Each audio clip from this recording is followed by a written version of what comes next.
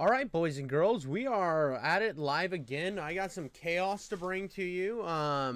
No friendly fire on this stream, just fire. Just bringing some absolute fire. I got a lot of cringe to cover. Jesus Christ, what's going on here? Is my camera moved? Is it squiggly wigglied?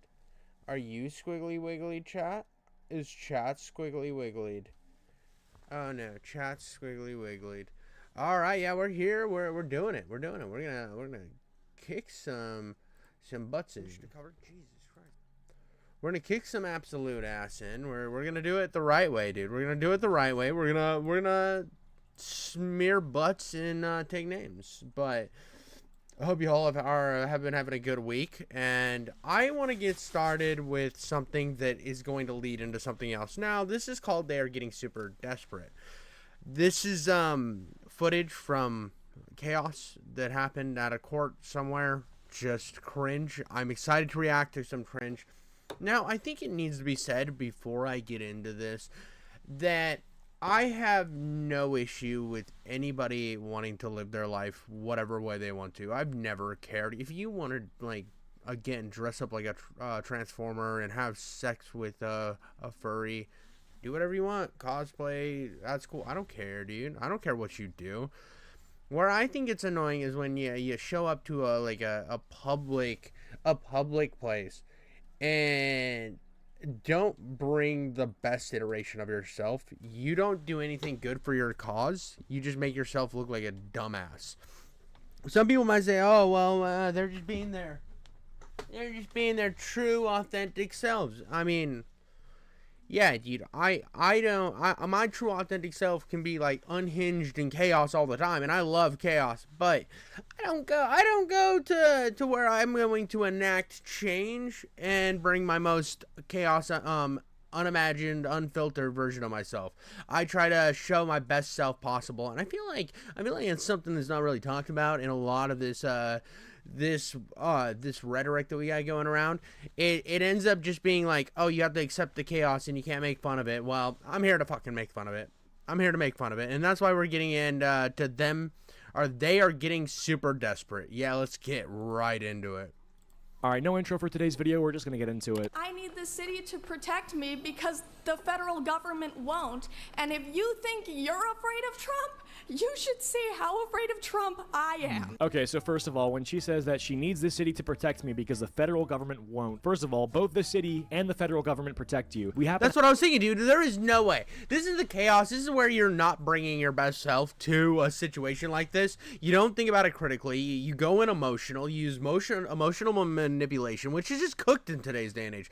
I'm sorry. Appeals to emotional manipulation is such a cringe, bro. It's like, oh, you can't deduce reasonably anymore. You just got to use manipulation as your best tactic. You're like, oh no, I'm gonna shit on your bread, and then when you eat it, it's not a poop sandwich, because did you know how many people died last week because of Smiggle-Biggleborg disease? It's like, come on, dude, shut the hell up. And have the largest military in the entire world that, with any sort of threat of violence, will stop any country from going to war with us. Like, we don't get pranked. We don't get, oh, whoopsies, we just dropped the nuke on New York City by accident. Like, that doesn't happen. And whenever it does, whenever something like that, or even adjacent happens, we just go to World War for it and destroy whatever country just accidentally fell onto the red button. Like that. All right, I mean, did we destroy it? Did we? I feel like we just spent a crap load of money to get nowhere. We took Saddam Hussein out of power, and then we were like, let's just go make a lot of sex, and let's clap some cheeks in Afghanistan. Let's just do some making out, and then eventually we'll find the weapons of mass destruction. Those totally exist. We're not here for oil. This was crap. I'm sorry. Like, the U.S. was definitely like, we're gonna kill everything and everybody. We're pretty mad, and understandably, when your country gets attacked by terrorists, the whole country at the time, I remember because I was a child, and everything was like, America, we're doing the things, we're here to be patriotic. There was like a few years there where everything was like, America. But at the same time, we were like, not actually accomplishing much of anything. It took us forever to find Osama bin Laden.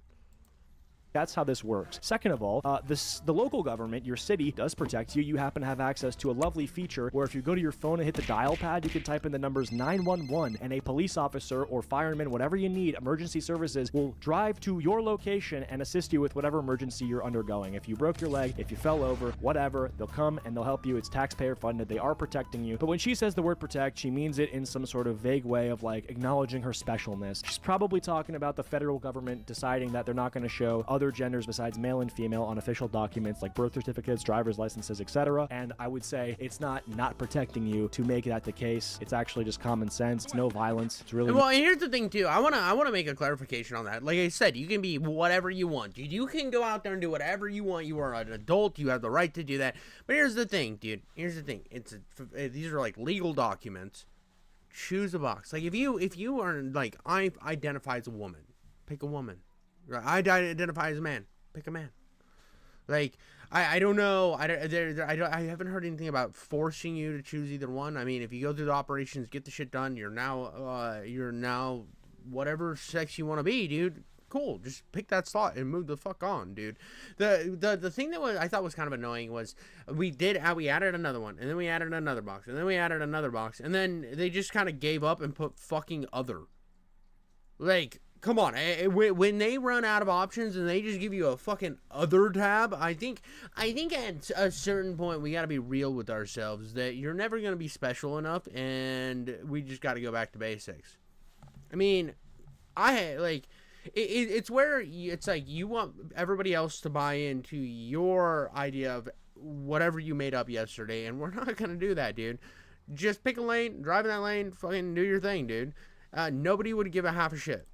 Nothing at all. I don't know. I feel like this is just schizo. And then when she says, especially, this is going to affirm my facts and my belief that she's schizo. I used to not think Trump derangement syndrome was real. I used to think that it was just people that didn't like Trump a lot, and that was just, their politics. But then you see people like this that take time out of their day to throw on a blue set of pubes on their head and take surgical gloves, get up in front of a mic. Bro, she literally went and got, what's her name? Marge Simpson's fucking pubes, bro. She went and just carpet munched her way through Marge Simpson just so she'd have a wig for the afternoon. And with their drawn on eyebrows, complain about how much they're afraid of Trump. Trump will not take time out of your day to pull a Five Nights at Freddy's on you. I guarantee you, he's busy. Maybe he would if he could. It would be kind of funny to see the look on your face if he popped out of nowhere, but... Dude, Greg Miller just screams, bro. Greg Miller's just so mad. This would be Greg Miller's most terrifying game. Now, if you don't know what that is, it's he had a little meltdown at like the DICE Game Awards over Trump, where he was just like, yeah, fuck Trump, and it's like, dude, yeah. I mean, that's really cool to just like alienate half the country. Everybody talks about sowing division, and then you always hear about the sowing division. We need to combat misinformation and stop the sowing of division. Motherfucker, when you're out here like talking about the person that half the country voted for, and like putting it on a Game Awards stage where half of the buying base for these games voted for that person, you're sowing division. Look at that. Look how that fucking works. Oh, eating up the chaos. Nom, nom, nom, nom, nom, nom. Fucking fuck. The reality is, you do have TDS. You are afraid and paranoid of Trump ruining your life in some way, and that just doesn't exist. Your life is your life. The actual amount of effect that Trump has on your life is about as much as you make it, which I assume is a lot because you're constantly scrolling and reading tabloid headlines that tell you to be afraid. You're a puppet. If you say that you're afraid of Trump and that's why you don't want the city to be a safe space for trans people, you better prepare for trans people to make this a very unsafe space. Yeah, I don't think... Bro's got her RPG. She's got her RPG just set up in her car waiting for the fight back, dude. She's glocked up and not fucking around, dude. I'm sorry, that city better be afraid, bro. She ain't fucking clucking. She is like one of the biggest Roblox players. She is really good at Roblox, and she will fuck that city up in Roblox. It's generally a good idea to threaten people with domestic terrorism if they don't agree with you. Yeah, if you don't like us and if you're not ready to be nice to trans people, we're just gonna fuck your city over in some way or another. Yeah, so first of all, that doesn't work. I noticed that that's sort of like the other side of cancel culture, where cancel culture is saying things like, you're either with us or you're against us. But then when it comes to this sort of stuff, it's still kind of the same mentality, but instead it's just like, yeah, if you don't like us, we're just gonna make your life a lot harder. So it doesn't actually accomplish anything. The whole side... By the way, way, this is a tangent. Fuck Iron Man 3. I fucking hated that movie. Iron Man 3 is trash. That movie is goblin energy. I remember I was excited to see the Mandarin. Isn't that his name, the Mandarin? He's the Mandarin. Yeah, I wanted to see him just fuck shit up, dude. And then it was just like he was a doofy British actor, and it was just like, oh, we're pulling the rug out from you. Oh, you thought you were getting this beloved Marvel character? Well, ha ha ha, fuckily doodly do. Deal with some dweeb who got superpowers because girls wouldn't fuck him. Iron Man 3. Fucking stupid. What a terrible movie. Violence is violence that they got going on in the background. It's the same sort of messaging. It's all kind of overlapped in this way of thinking. It's all parasite. It's a mind virus, and I hate saying that it's cringe. Look, mind virus is a very cringe slogan, but at the same time, you look at people like this and you think, well, they have it, so. I'm shaking right now. Jesus fucking Christ, dude. Oh my God, relax. I'm shaking right now. I hate this. I hate everything about this. I don't want to be here. Then go fucking... Yeah, dude, just fucking leave. Back up from the mic a little bit. In fact, I need to turn down my mic readings right now because I'm getting a little loud. I'm getting a little spicy, dude. It was because of that pre-stream tuck-in nut that I did, bro. You tuck it and then you jerk it from the back. You tuck it and jerk it from the back.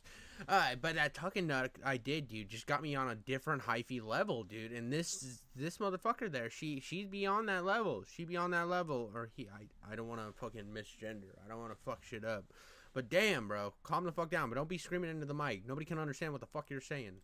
Home. The people who come here and then they're like, I don't want to be here. You don't have to be here. Go get a job. I'm shocked that you think that you have to be here. You don't. You literally don't. You happen to have personal autonomy and free will. You can do whatever you want. I'm sorry. Am I taking too long pleading for my life? Yeah, this is funny because, like, you know, normally when people are pleading for their life, it's something like, please don't show me. Please, I have a wife and children. Please do not pull the trigger. Instead, you're at a very calm and collected room.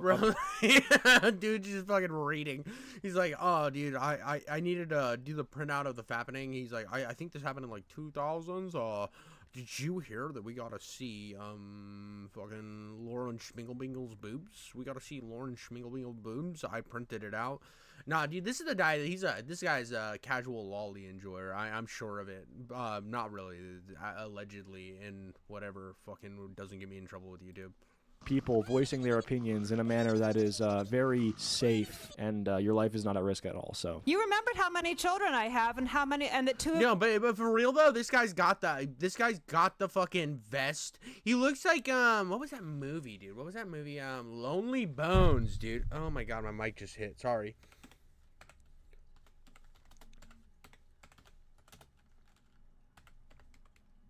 Lonely Bones villain, bro. We're about to we got it, dude. Almost. It's almost. He's this guy right here, dude. Look at that fit, bro. He's got it down, bro.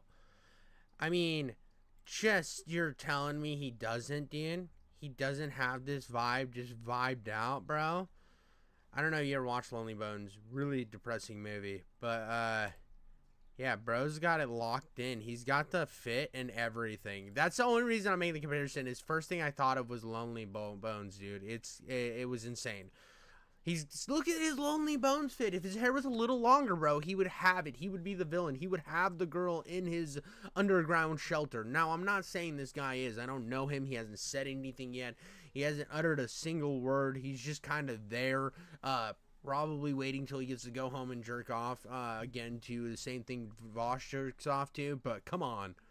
Of them are trans. I love that clip in there. Just, yeah, you remember that I have 2 trans kids. Okay. I mean, are we surprised? Like, are we surprised that this produced that? You're like, come on. Whoa. What the fuck? Whoa, dude. Dude, trans people aren't goblins. Come on, they're not goblins. They're just people, dude. They're people. They're people living their life, doing whatever. I mean, the fact that she's got trans kids, I mean, she probably kind of influenced the decision behind that. I'm not saying that you're not trans from birth, but I mean, you can also be convinced into something because of, I mean, it's like the left wing and right wing pipeline. I mean, come on though. Did this guy hit up Walter White? This guy's actually shaking. Last bitch was like, I'm literally shaking. This motherfucker's been shaking, bro. He's been hitting speed since the AM. As both the B and the T in the LGBT. He speaks for both the B and the T for LGBT? Okay. I mean, sure. Why not? I mean, at this point, I guess we're going for it. Are you really the last person? I mean, wait, so he'd be bisexual and trans. So he switched genders. to wait. Hold on. So let's say he went from female to male. I don't know, and then now he's with girls. So he just really likes eating pussy, right? Am I wrong in that correlation? Really likes eating pussy. I mean, I can agree. Or it's the other way, dude. Other way. He went to female, male to female, and he just likes having sex with dudes, which sucking some cock on that destiny grind. Well, no harm in that. Do whatever you want, dude. Whatever you want to do. As soon as that fucking door closes, I mean, it's no holds barred, dude. Get some naked and oil up, slap each other's bodies with some slapping noises. I mean, it's all part of the fun at the end of the day. Stands for trying, and the B is boatloads of drugs. I think he's on a lot, so good shit. I'm multiply disabled. I have Ehlers-Danlos syndrome, which is a connective tissue disorder that causes me immense physical pain. Quite unfortunate. I mean, if you're in immense physical pain, I do feel bad for you. That sounds painful, but I really feel like this is how I would feel in the situation. Let's say I'm a Mr. Judge person or Congress Schmiggelbork, right? I'm a Congress giggity schmoodle. I'm sitting there and I'm listening. I would stop giving a fuck like halfway through your speech, not gonna lie. I don't care how much bullshit you got going on in your life. Bring me a valid argument. Bring me some like actual like, hey, these are the policies that happen. This is what I don't like about it. I don't give a fuck about any of your bullshit, to be honest. This is something that people don't understand. Like, oh, but empathy. Yeah, but I'm empathetic for people I fucking know, but not some random schmiggelbork that I've never met in my entire life. Schmiggelbork means anybody. Anybody can be a schmiggelbork. I mean, just like if some dude walks up to me on the street, is like, I got chronic bleeding dick syndrome. I'm like, okay, I don't fucking like. I'm so sorry for you, sir. You should probably get that checked out, and then I'll just walk the fuck away. I will go to my other location. Not with that person, because if somebody's telling me all their fucking problems in the first time I'm meeting them, and I'm not gonna care, I'm not going to a second location with them. But come on, and like nobody gives a fuck. Nobody gives a fuck about all your problems. It only affects you and your friends. I'm on the autism spectrum. Yeah, here it goes. The Oppression Olympics. She's gonna get first place gold medal. And I have narcolepsy, and I couldn't drive myself here, so I had to hide from my driver that I was in drag, which is not an easy thing to do. Why? Why did you have? Yeah, dude, nobody fucking. Why are you hiding? Like, what? Like, were you embarrassed of the blue wig? Is this like actually? Is this just cosplay for you? Like, what the fuck is this? Like, if you're actually like presenting like this every day, you shouldn't have to fucking hide. Who cares? Like, be your fucking self. Do your fucking thing. But this just makes it seem more performative, and again, I stopped giving an absolute fuck. I'm just here for the chaos, and this is some retarded ass chaos. Like, if you're coming in and you're hiding from your driver, you're putting like you're like, take me to the courthouse. I'm gonna be more worried about letting you in my car at that point. I wouldn't be worried if you just came in with a fucking wig and you're doing your thing. I don't care, but you're coming in just fucking like hood over you. You're all gobbling out. I'm gonna be like, is Ted Kaczynski in my car? Is that what's going on, man? Because I am not delivering any packages. Have to hide from your driver that you were in drag. I'm sure she's just pretending to be afraid of some imaginary perception that she thinks the driver has, that he's gonna be transphobic or something. Like, dude, this motherfucker just wants to make the pennies that he's gonna make driving you to this thing and go to the next person. You're not that special. I do not want to be here. I keep hearing this. You are. Whoa, dude. Like, okay. So, alright, before he freaks out about them saying we don't want to be here, because it's stupid that they keep saying this, because literally, I'm sure the people that are listening to your bullshit don't want to be there anyway, either. I wouldn't want to fucking be there, because I have to listen to your fucking nonsense.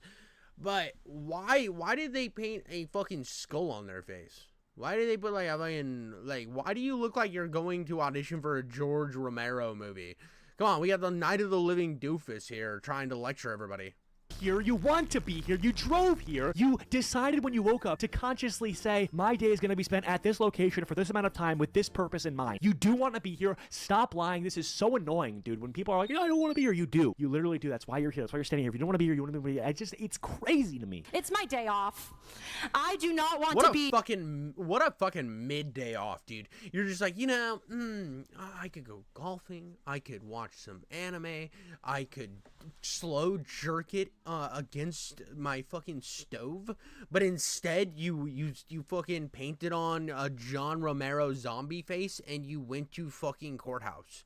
That was your day off. You were very excited about this. You were like, dude, this fucking Romero makeup goes hard. I hope they get it. It's from the one where they're at the mall and not the one where they're in, like, the other place. This is what I'm doing now. I'm crispy and clean. I got my Ellen DeGeneres haircut. We're fucking killing it.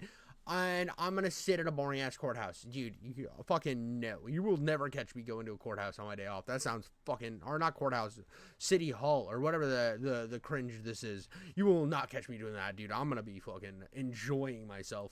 In your DMs. I do not want to be in your email inboxes. What the fuck am I looking at, by the way? I feel like I didn't say that, but like, what the fuck am I looking at all? I feel like this right here is like the screenshot you take on the poster with the top caption saying it's, the bottom caption saying over. I do not want my creativity writing diss tracks like Kendrick. Oh my god.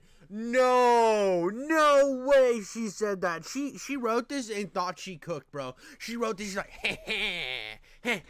these old fucking people at the city hall are gonna understand this reference. It's like a 90-year-old lady, an old dude, one young guy who got the reference, and then just some other person who's like, I have no fucking clue what's going on here. I've never even opened the internet. How does Facebook work? I'm Kendrick. She said I'm Kendrick. She said I'm Kendrick, bro. What are you saying? Dude, I don't know why the fuck, like, some of these LGBT people, like, they want to pretend that they're, like, the new black people. And then furries do that, too. They're like, we're oppressed and shit. It's weird. And glitter on my face so that you will hear and see me. Bro, I fucking called it. Old person. Old person. Old person. Old person.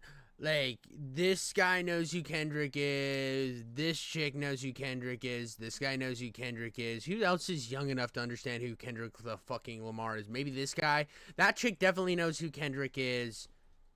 That's it. But you got, like, I don't know how old she is. Older lady. Older man. Older man. He probably listens to good music, like Snoop Dogg. Because he's, like, good older rap music. Now, Kendrick's not bad music. I'm not saying bad, but he's probably not like waiting for the... None of these people are waiting for the new except for her. She is probably waiting for the next fucking Kendrick EP to drop. But all these other people are fucking old, dude. Like, come on. Well, this guy looks like he's in his 30s. So he's probably the youngest person here, and she's too busy fucking planning her next trip to Disneyland. She looks like a Disney bitch. But come on, none of these motherfuckers know who Kendrick is. This is all missed fucking. No, but none of these people care. Look how sleepy they are. They just want to go home and drink it. Who is this fucking guy? Why does he just have a mask on? What is this, fucking 2020? Bro needs to download the new fucking update because bro's in the playing on an old build. None of them give a shit, dude. This is an astute argument being brought to us by this young individual with a... Bro, they didn't care about the glitter, and that's upsetting. She used so much glitter, and not a single person even moved their head. They're just fucking...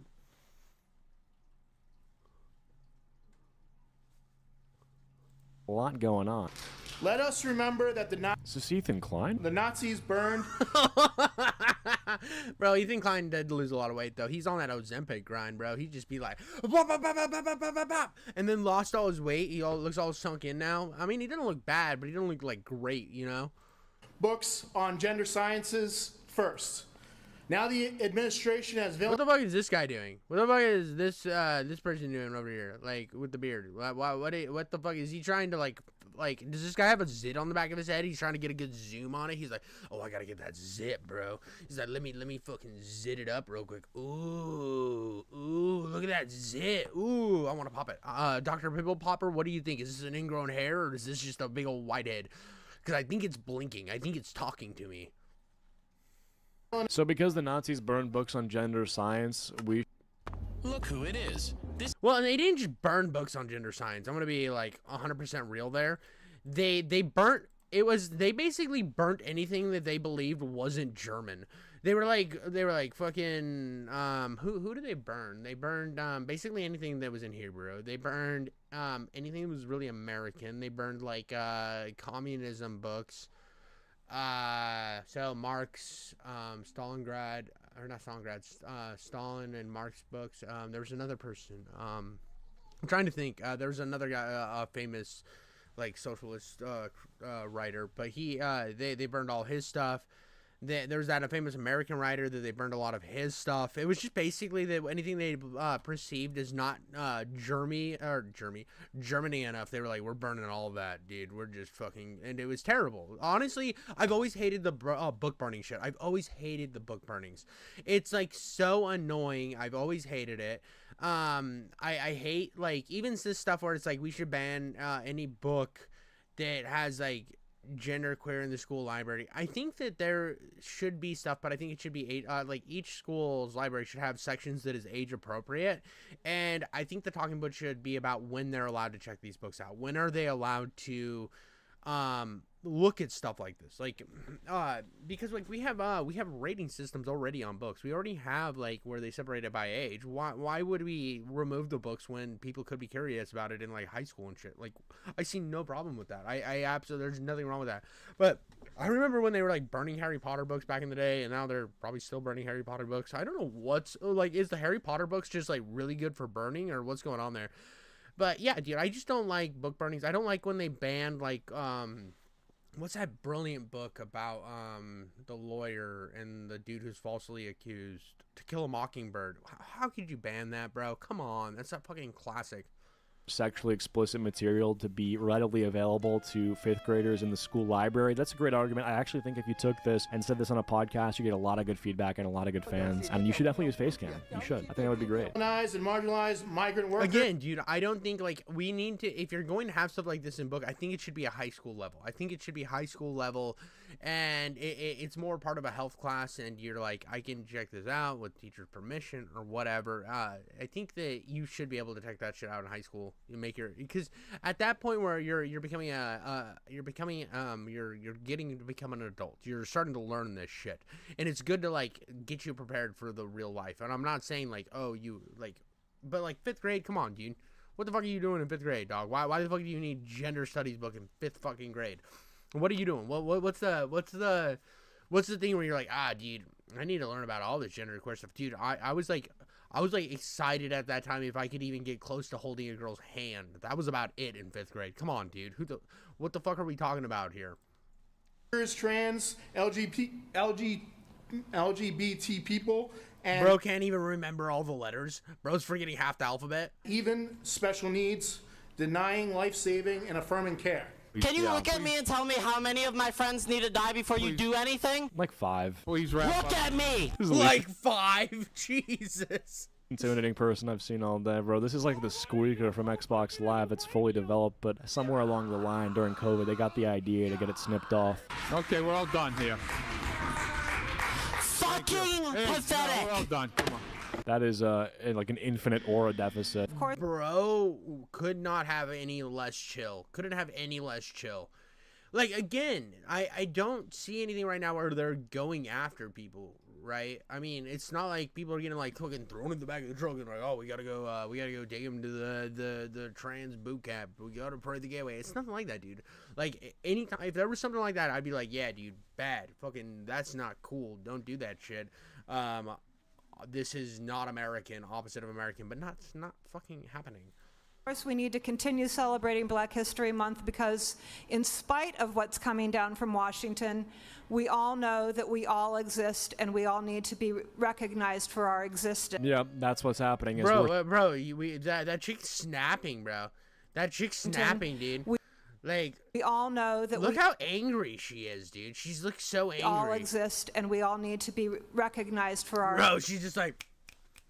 It's like slam poetry, bro. They didn't come here to go to a city hall meeting. They came here for slam poetry. Existed. Yeah, that's what's happening is we need to be existing. We need to be recognized for our existence. And this is, I'm just saying a bunch of vapid dog shit keyword buzzwords like SEO. None of this, you're not saying anything of substance at all. Your slogan t-shirt means nothing. Your words mean nothing. Your posse that rolled in with you are saying a bunch of nothing, bro. But be aware that you are a guest in my house. Do you have, what? Okay, there's so much to unpack. Okay, I'm not a guest in your house. You have grapes on your head. You have grapes on your head. This is not how you get taken seriously at all. This reminds me of that video. Dude, this is the thing. Like, if you're gonna do something like this, if you have a cause to fight for, and this is 100% real. Like, even if if you believe in the same causes that are fighting for, you bring your best self. Because all that's gonna happen by doing shit like this is people are gonna clown on you on the internet. That's it. That's it. You're not gonna people aren't gonna rally around your cause with a fucking Marge Simpson's pubes and grape lady. Nobody fucking cares. Or they're gonna be like, you guys all look like fucking clowns. Like, this is like, I 100%, there is arguments to be made, I guess, where I'm like, there's more willingness to listen to your argument if you come and present it in a more meaningful fashion instead of showing up like it's fucking Comic-Con. Video I did about the genderless dragon. Like, what are we doing? When you come. And when you come, know that there are strong, queer, and trans people in my classroom who will collect you with the quickness. It's just like another threat. If you don't agree with me and or like me, I'm going to make your life harder, and so you should agree with me. You cannot do that. That is how basically burglars operate. It's like, you're going to give me what I want. Well, dude, and this is so funny because it's like we're gonna push our ideas onto everyone.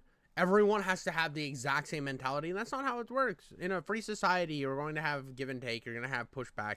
That's just how shit works. It's like the benefit of a free society, but it's also, and you might not agree with this, but that's also the folly of a free society is people are going to have different opinions than you.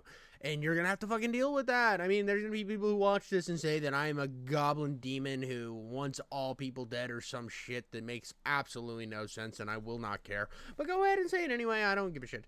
But it's like, this is the problem. You're going to have some people that agree with you, some people that don't, and in the middle, there's going to be like a compromise and shit. That's how it works. You can't just overtake everything and everybody has to think your same way, because that is fascism. Or I'm gonna hurt you. Like, it's fucking retarded. Doesn't work. You don't get anything done. You don't look like you're gonna get anything done anyway. So it tracks. Is Dee Dee Delight? And we're like, oh god, dude, this whole thing is so cringe. It's so fucking cringe, bro. It's just so wild. Like, well, why did you dress like Marge Simpson, dog? Why? And my name out of drag is Dewey Cosgrove Atienza. Laddie LaRouge, he, they, in drag, District 3. My legal name is Olivia D'Ambrosio. My public name is Livy Scanlon. My wife and I own a home in the Canal District. I speak. Dude, weird flex, but good for you. You out there killing it. Anybody out there renting, try to buy a house as soon as possible and get on that mortgage. Get on that mortgage. That way your money's going to something and not just getting fucking burned by some douchebag who owns an apartment complex. Try to work yourself in a way where you can pay off a mortgage and then eventually own something. Get yourself a piece of land. That's the advice I can give to everybody. That lesbian couple had it right. They knew what they were doing. Get your investments in the right place. As someone who is always misgendered, like, all the time. Fuck, man. You guys got any ideas why? I don't know. I'm drawing a blank. It's a real head scratcher, bro. I just really don't know. What's going on, guys? I mean, why could this person, of all people, experience this unique problem? I don't know. To me, as sir, when I prefer to be referred to as ma'am. Okay, he's on a fuckload of drugs. He's also a this is definitely a drug addict. 100% a drug addict. Motherfucker went in and smoked a bunch of Tutti Frutti on Rudy and just showed up at the thing and then thought that they were the best representation of this argument. Fucking man. So that's probably why people call you a grown fucking man, just laying that out there. What else is there to say? Let's see. You should probably get a friends and family discount from the guy who's selling you whatever he's selling you, because I can tell you're getting taxed. I speak as someone who is afraid to use public toilets. Bro, why the fuck are you afraid? Like, come on. Why? Just go in there, do your business, and leave. This is the thing. I wouldn't give a shit if the bathrooms just became unisex. I would not care. It's like, I mean, there wouldn't be as like safe, obviously, because there's people with ill intentions. I'm sorry. There's even with the bathrooms being set to male and female, there's still bad stuff that happens in there from time to time, which is bad and not cool. But I mean, it's a bathroom. Go in there, do your business, get the fuck out. Why do we care so much about fucking bathrooms? Like, I don't understand. Just go in there, fucking take your dump. Flush it, wash your hands, and dip the fuck out. What are we what are we doing here? Speak as someone who is a member of this community and is a queer person. You have to imagine being me and my wife, fearing that our marriage rights will be stripped away at any moment. It's just the schizophrenia. No, but where the fuck is Trump been like, yeah, I'm gonna take all gay marriage away? That's what's gonna happen. We're taking all gay marriage away. It was a bad choice. We're moving back. Nobody said that. Nobody said that. Like, here's the thing. I was like super for gay marriage. Still am cool with gay marriage. Like, if you want it to be legal in the eyes of the law, cool. Do your thing. Nobody gives a fuck. I think that we got a lot. This is what misinformation will do to people, right? This is what fear-mongering does, and it happens on both sides continuously, and it creates chaos like this, and this is how you get, like, there's even, like, douchebags on the right that, like, get dressed up like fucking weirdos, and then go and make these arguments at these councils as, like, a troll. Dude, I'm getting dressed up in drag as a troll to the left. Like, you're a fucking loser, has no life. Come on, dude. What the fuck are you doing with yourself? This is cringe and fucking lame. But and the sad thing is that cringe and lame shit they're doing is exactly what these people are doing too. They look just as cringe. It almost is. This looks like a fucking. It looks like a fucking op, dude. It looks like an op by a bunch of people, but it's real. And I remember when people were doing this like 5-6 years ago as like a joke, and now it's just like the world we live in. What the fuck are we doing here, dude? Why the fuck are these people dressing up as Comic-Con and going to city council?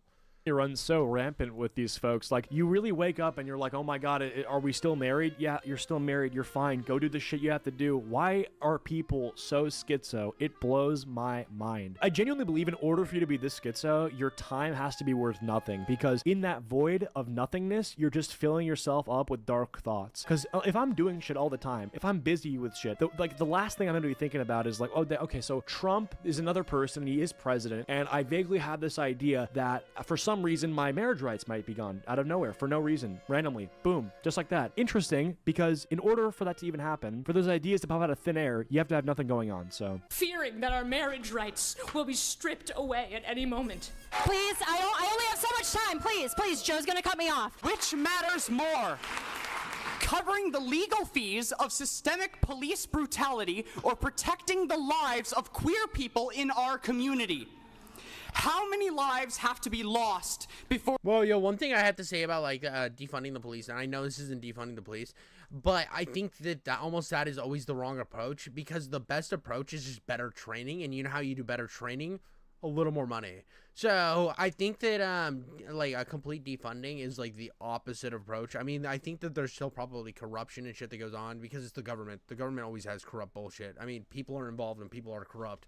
So I think that there's always room for improvement on different government things like the police, the fucking Congress, and the local state groups and committees. I think there's always ways to improve and like cut costs and also better train people.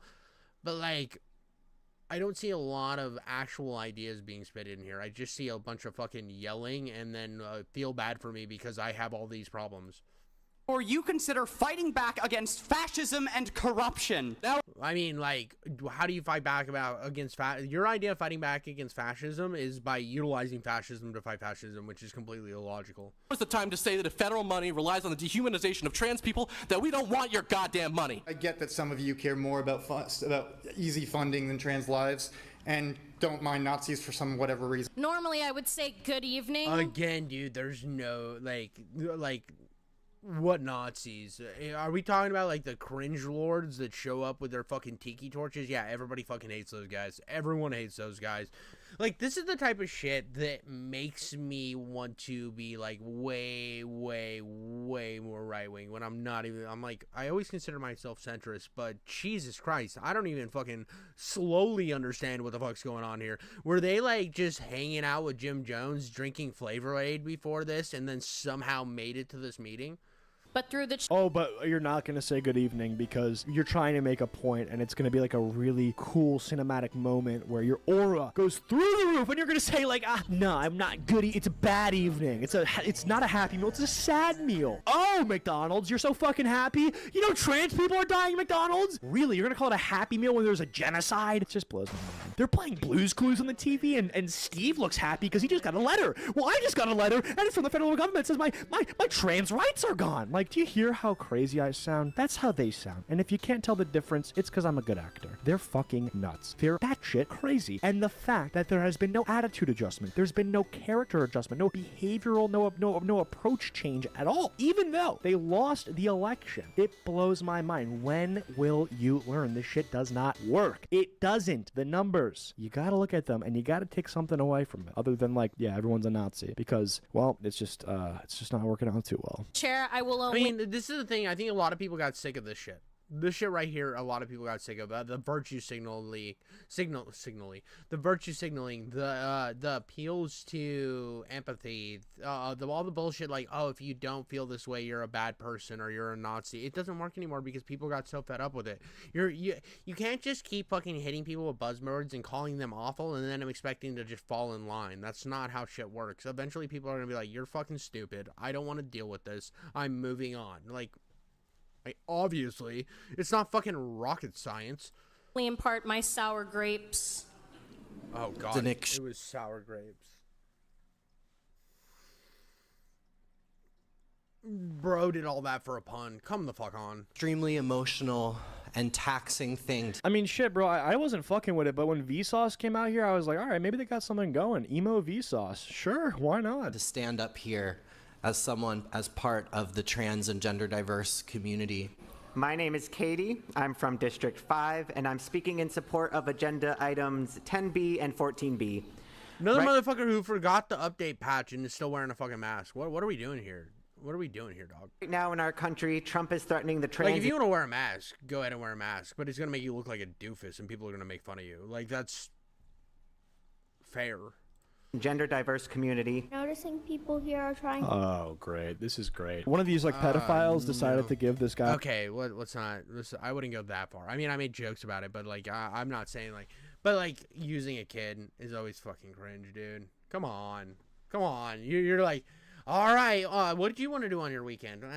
Fuck you. You can't go to the park. Let's go. I wrote this speech down that you're going to read in front of this room. And here you go. Here's a speech. Here's my kid. Feel bad, you fucking Nazi pieces of shit. Oh, I bet you feel bad. We got a 7-year-old here talking about trans issues. Oh, we gotcha. We gotcha. Well, here's our appeal to sympathy now, motherfucker. What the fuck is this, dude? Send out the kids. Everybody, nobody can say no to a kid. A sheet of paper with words that he should say, not knowing at all what they mean. So this poor kid, who's a victim, we're going to call him a victim, this victim of mental indoctrination is being used as a political tool in order to achieve some sort of small victory on behalf of these fucking creeps. Dude, to be fair, this is something I would say. If there is a kid that is literally put in the same position by somebody right-wing, like, I need to stand up for my... It's like a fucking 5-year-old. I need to stand up for my gun rights. Like, motherfucker, you can't own a gun. Like, what the fuck are you talking about? Why the fuck we got you here? Like, well, what are you talking about, dog? Like, get the fuck out. Like, where's your parents? Where the fuck are your parents at? Like, go get your parents, and come back when you're fucking 18 and you can actually buy the motherfucker. What you doing here? Like, I would say the exact same thing. Like, why the fuck are you using your kid as, like, the ultimate gotcha? It's just wrong, I guess.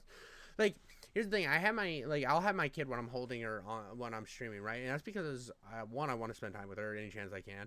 Two, my wife needs a break every once in a while. But I'm not, like, sitting here, like, you say these words into the camera for daddy so that everybody feels bad. It just feels gross to me. For trans people, everybody deserves to feel safe and everybody needs to feel safe.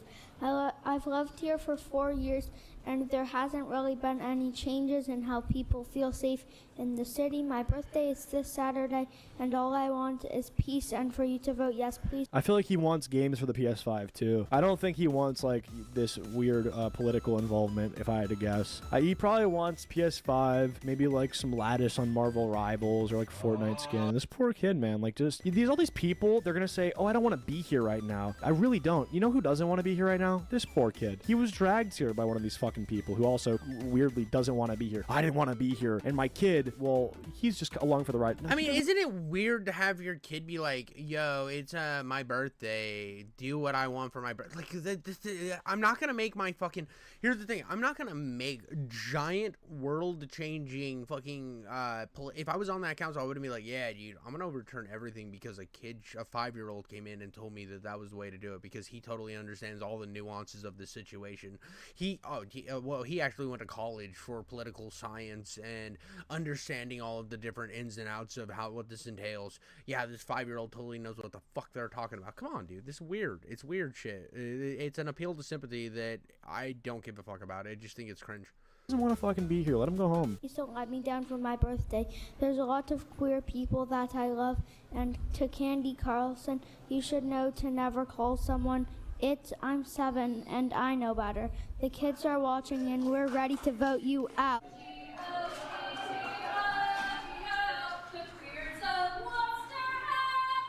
Oh my gosh. Well, what a great video. Bro, all those people did not look like they were having a good time. They were probably annoyed as fuck. This is the thing, dude. Nobody wants to fucking help you if you're just being annoying. Like, if you're being a fucking Karen about shit, nobody's gonna fucking listen to you. Right there. I think a lot was accomplished, and yeah, we will make this a safe space or an unsafe space. Yeah, nice. That's really good stuff. We got the Rugrats cast reunion before GTA 6. Is there an island where something... Isn't there an island...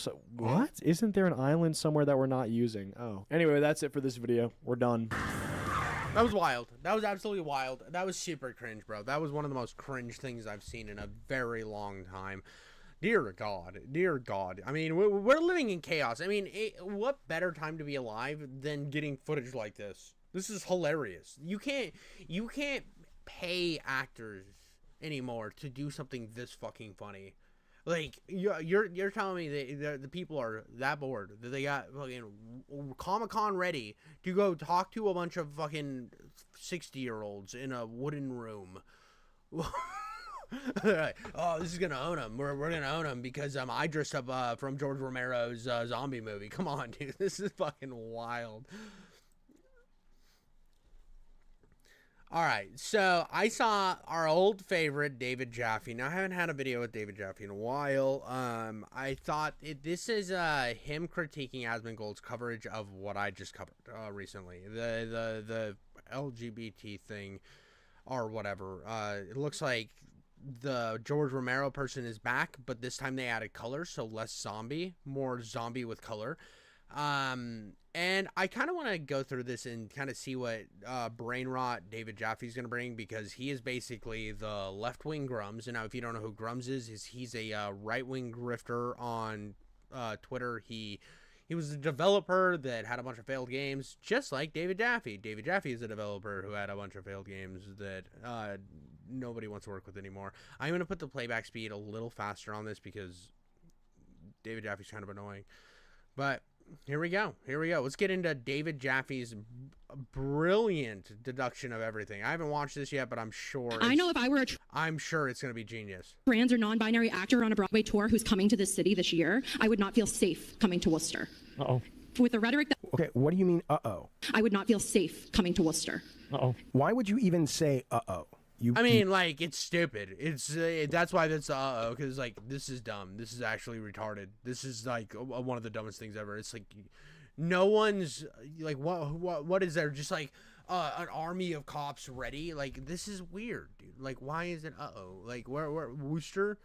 Like, what Broadway? Like, you know how much publicity like a Broadway person would like you like who the fuck is hunting people down? If they're doing that, that's bad, and they should go to jail and get the death sentence and then like be gulagged or whatever. You should not kill other people. But like this is not gonna help your cause, for one, dressing up like this and being a goofball. But two, Like you're being hyperbolic for emotional pleas. It's emotional manipulation. You piece of junk. Imagine having all the power and the influence this guy has. And who does he pick on? The LGBT community. I invite you, Asman. I mean, here's the thing, dude. The power and influence has absolutely nothing to do. That is a weird fucking hill to die on, dude. Oh, well, you have this many people that watch you, so you have to have the same opinion as me, and you have to believe everything that I say, and if you disagree, well, you're just a bigot, and you're misusing your audience. That's not for you to say, dude. It's not for you to fucking say, David Jaffe. You can't tell other people how to utilize their speech. I mean, it's freedom of speech for a reason. People can have differing opinions than you fucking clown. Gold, to read up. The guy's name was Sam Nordquist. He was 24 years old. He's dead now. He was tortured. All right. District Attorney in Nordquist. Okay, so there was somebody who was killed in Nordquist, and trans men were found after he'd been reporting missing. The district attorney called the circumstances surrounding this, surrounding the death beyond depraved. Okay, so somebody was killed. That's bad. That's bad. Whoever killed them should go to get the death penalty. Kill them. Like, they murdered and beyond depraved somebody. They beyond depraved somebody. Death sentence. Cool. That's fine. But that doesn't make any of this other shit like make any sense. I don't know what this has to do with showing up to a fucking thing and looking like fucking clowns.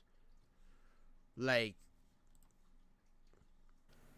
he was murdered, never did anything wrong, except have the fucking confidence, the fucking bones to fucking be who he is.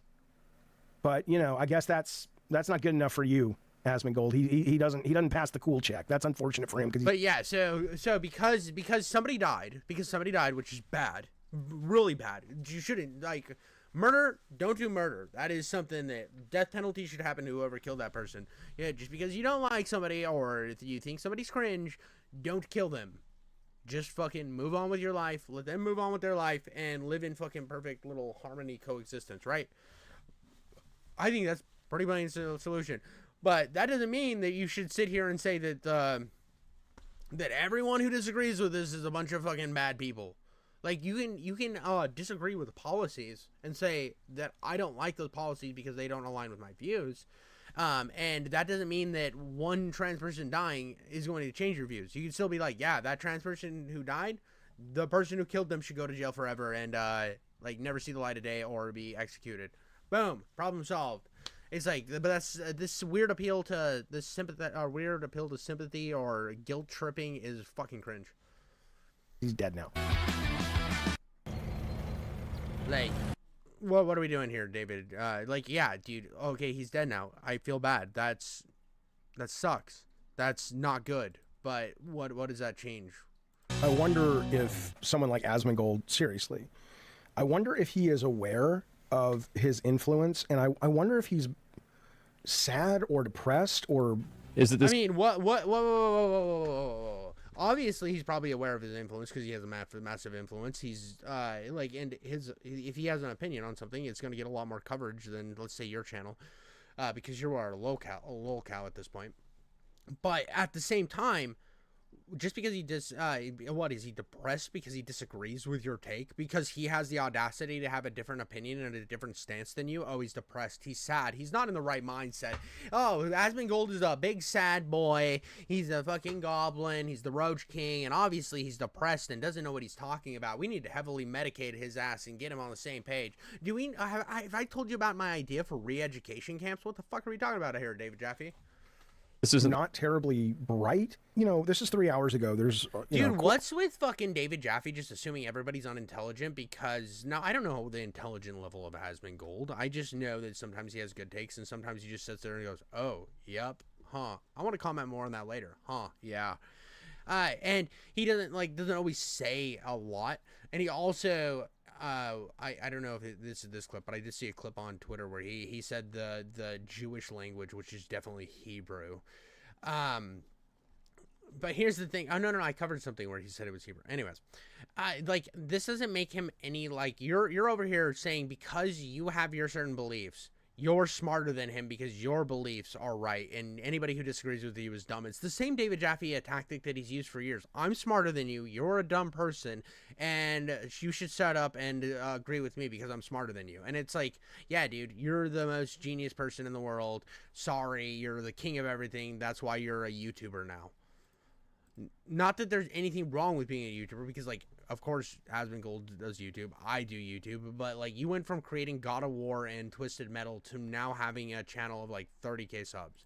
Over 250,000 people have watched this. And hey, man, I support his right to think whatever he wants. He has a right to dislike people. He has a right to express it as long as it doesn't incite violence. But I would say that I'm more bothered by the fact that his audience is just so goddamn big. Oh, yeah. So a big audience that disagrees with you is bad. That's bad. That's an Aspen Gold take right there. You see what I did? I did the whole fucking, it's bad. It's bad. Like, come on, David Jaffe. Like, what are you? You're so much better, you fucking elitist prick. Come on, dude. I don't understand. You know what the worst? I mean, I understand how perhaps you can like the guy's gaming content or World of Warcraft content or even his anti-woke content or whatever. But, I mean, we're coming off the weekend of learning about this story. This was in Atlanta. This was a story, as the New York Times, but it's all over. Person killed in New York. So, yeah, like, bad. This is bad. But what the fuck does this have to do with... What the fuck does this have to do with this? This is the same town? Am I missing something where this is the Ontario? No, it's a different fucking town, dude. Why the fuck? What the fuck does this have to do with these fucking rooms, dude? What the fuck do they have to do with anything?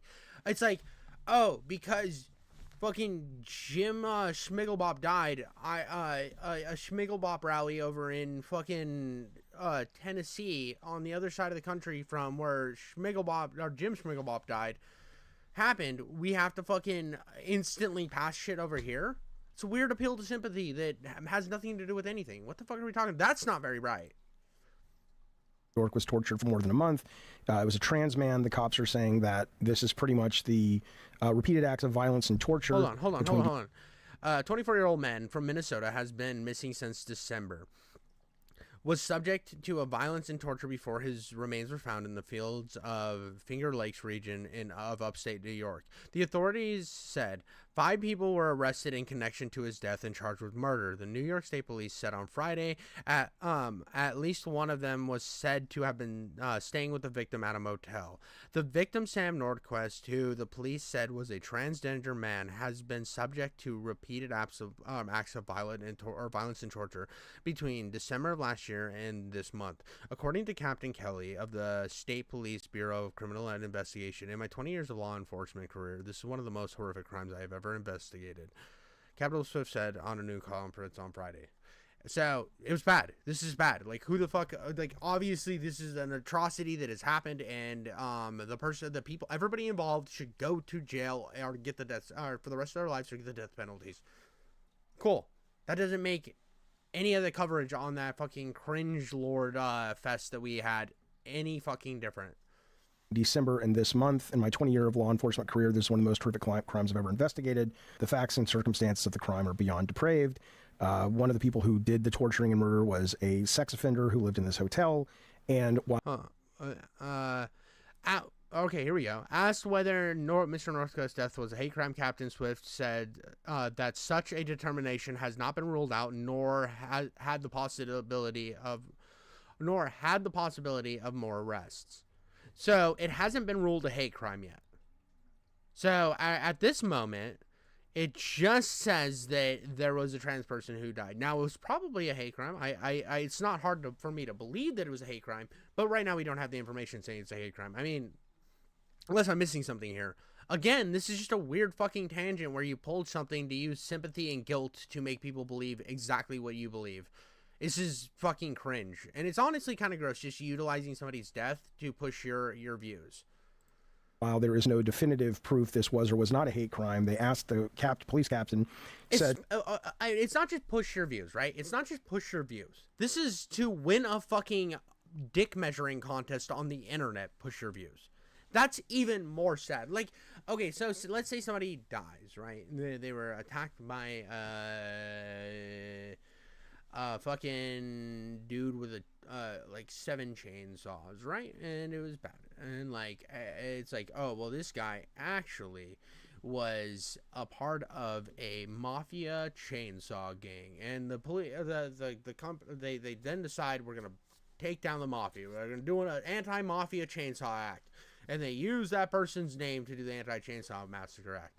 It's like, it's still a little cringe because you're like, I mean, I get that you're utilizing, but you're using the sympathy to then enforce all this stuff to make this happen. It's still a little cringe, but I mean, it's like, well, at least we're getting this stuff done. They got this person killed, right?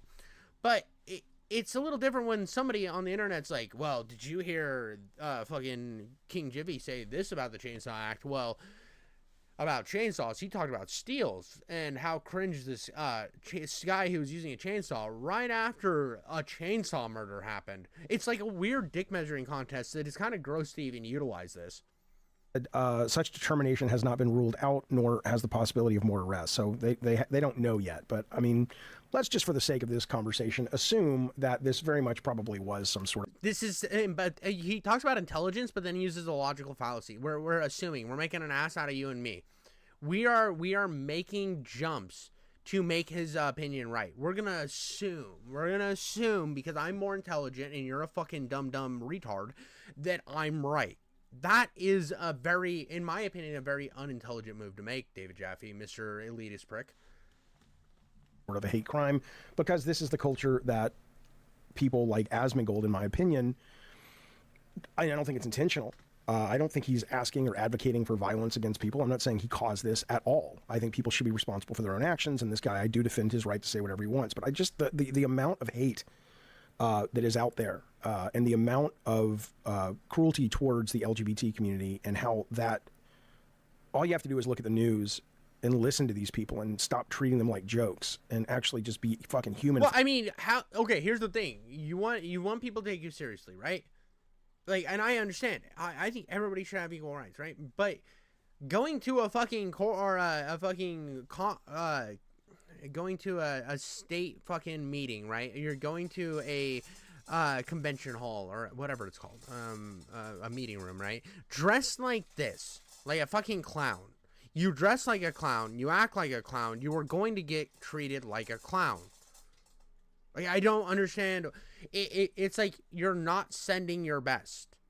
Like, and if you are wanting to make a point and make something good, like approve a statement, you come in and you show up at your best. You come with well thought out arguments. You don't just show up and virtue signal and empathy bait and try to manipulate your points into power because you want people to feel bad for you and that you want to like flash in their face, I'm this and you should fucking listen because I'm this. Nobody wants to fucking listen to you. You're talking down to people and being a douchebag. For a minute, and you realize just how much shit these people are dealing with and suffering through, and to be someone we're all suffering. Now, they might have to deal with a little bit more because of discrimination, or not, not discrimination, that's the wrong word. I mean, because of intolerance, and there's definitely people out there that are bigots. So, I mean, they probably have to deal with a little bit more, but everybody has their problems, dude. Everybody has their problems, and you're acting like you should listen to every single person, no matter what they do, because they're on your side. Oh, well, they hit these certain boxes, so shut up and listen so that you can be fucking educated the way I want you to be educated. It's like, no, I don't have to fucking listen to anything that anybody says. I'm not gonna let you sit here and spray your taint wagon juice onto my head and just fucking deal with it. No, come on, get the fuck out of here. Sitting up there with all of this guy's money, all of this guy's influence, meaning Asmongold, and just go, you know what I'm gonna do today? I'm gonna make money off the misery of this community. Now, do I think this lady up here, whoever's speaking, is a bit of a goofy person? Yeah. I mean, she's going out of her way to be flamboyant and get attention. And that's the point. People are making fun of the person being an absolute dipshit, but you're mad because people are making fun of it. And then you're like, well, yeah, it's goofy, but my point still stands. It's like, people aren't here, like, people won't show. If you show up and you're just doing normal shit, nobody fucking cares. You get made fun of on the internet for being a fucking doofus on the internet. That's the whole point. That's the whole point of this. It's how cringe and over the top it is. Nobody wants to be on the side of cringe and over the top bullshit. Not nobody. I'm saying, like, Like, I don't. I think if somebody shows up dressed as fucking Optimus Prime and they're like, all Americans are bad, I'm gonna be like, why the fuck did you show up to a city council meeting dressed as Optimus Prime? That's my question, because nobody here, everybody's gonna be fucking confused. Everybody's gonna feel weird. They're gonna be more distracted by your bullshit than actually listen to any message you're trying to bring. And you're not gonna appeal to fucking anybody by doing this. And, you know, that's what she wants and that's what she needs to get her message out. And, you know, she opens herself up to that. But that said, though, you know, Asmongold, read the fucking room, man. You can have your opinion. People can support and respect your opinion. But what are you doing, man? You've got 3 million people who watch your shit. And obviously he's gotten 3 million people because people like what he's saying. You might not like what he's saying. You might say, oh, well, you have this audience, so you have to agree with what I say. But people watch him because they agree with him, because they like his stuff. Now, you viewer out there might not be the biggest Asmongold fan. You might hate Asmongold. But the point still stands that people watch him because of his opinions. And for him to give his honest opinions. So, to just change that and say whatever the fuck the grift needs to be said is stupid. It's stupid. It's dumb. I mean, Asmongold pushed it back all the time. I think during the whole Hassan crash out, he was like actually kind of siding at a lot of times with Hassan. He was saying that there was a lot of stuff taken out of context. He was he went out of his way to try to be fair to Hassan. He's tried to be fair on multiple occasions. He's never said that he's the most right-wing guy. He will disagree with stuff that's said on the right wing. It's like but David Jaffe will not. David Jaffe will he's the fucking grifter. So he's going to agree with whatever the left is saying currently. These people are dying. They're not coming for you, buddy.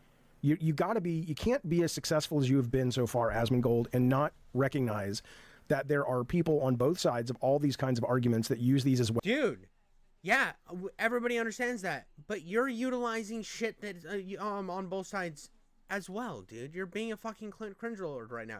Every time David Jaffe opens his mouth, he's going to step on himself with hypocrisy within that sentence. He does it every time this fucking guy decides to open that fucking giant stupid mouth of his. He just is like, fucking hypocrisy.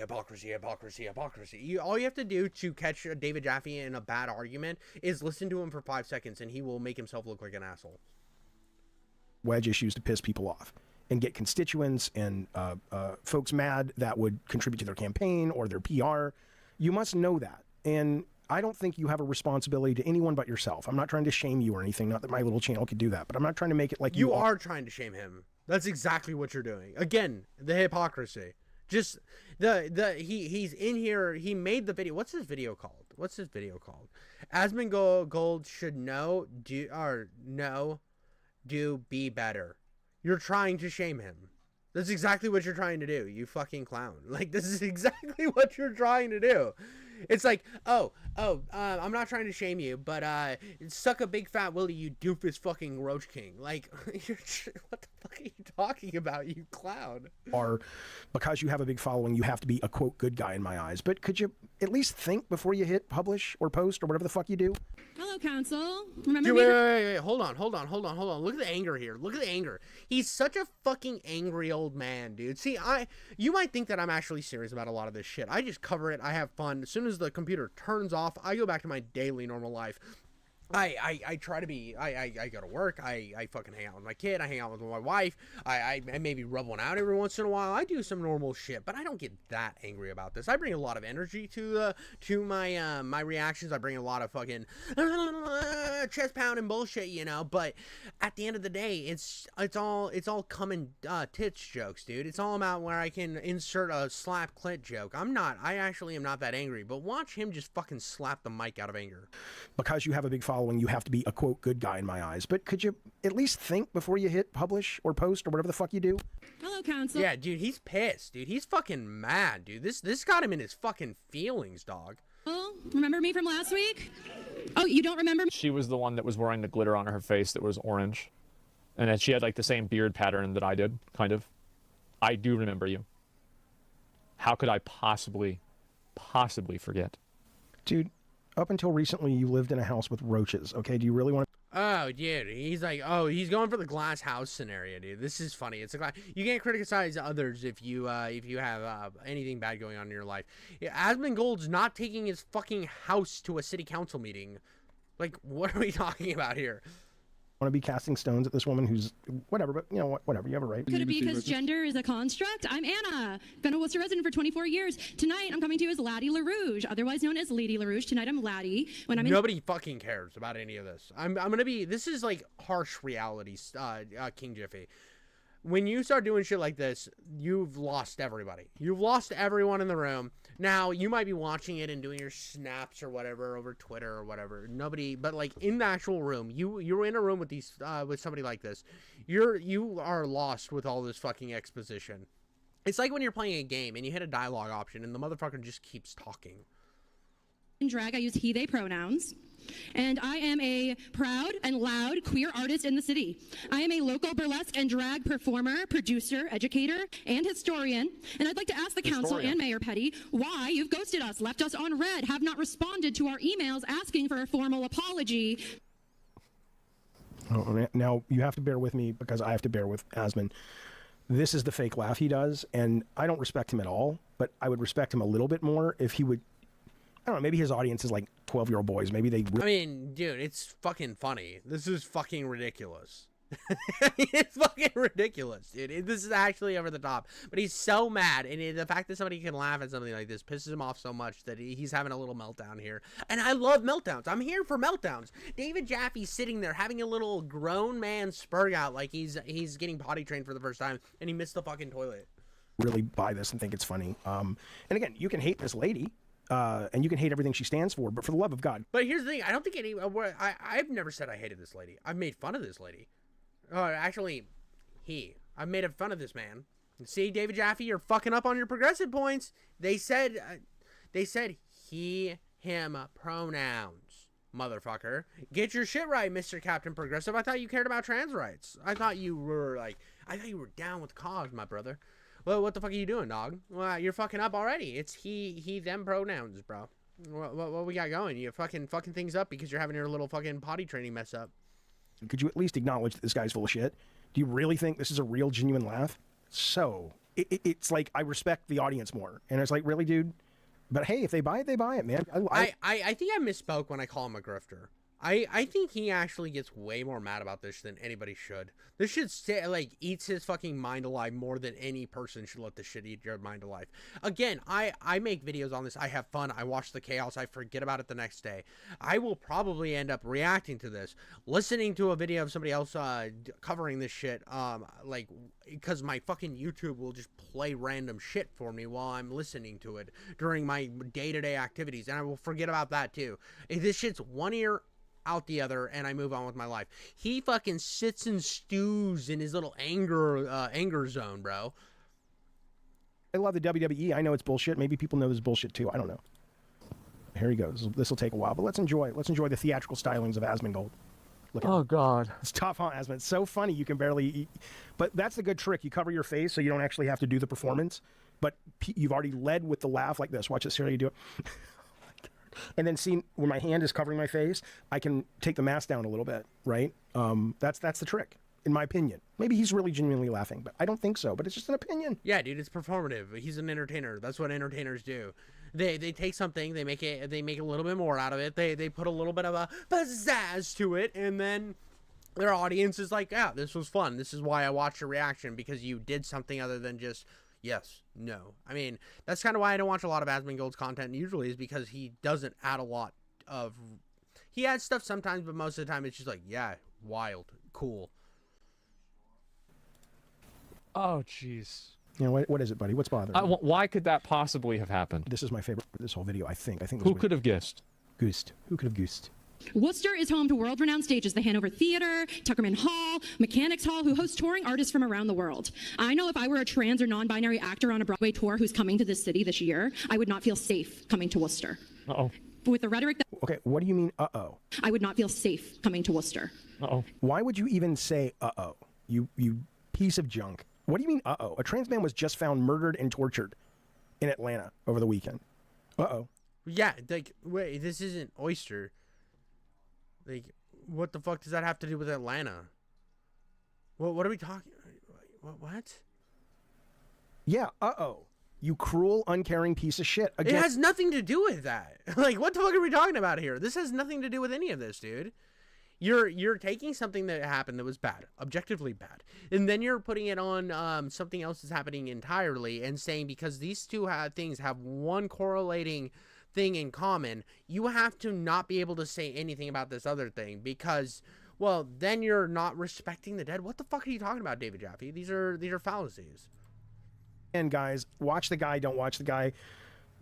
No, I'm going to ask you, if you watch this guy, because I know there'll be people here defending him because you guys like him and all that. How are you defending this? How is this okay? You don't have to support all the... Bro, he was just mad that he had an overlapping fan base, so he was like, well, I gotta get these guys out of my fucking fan base. I can't have anybody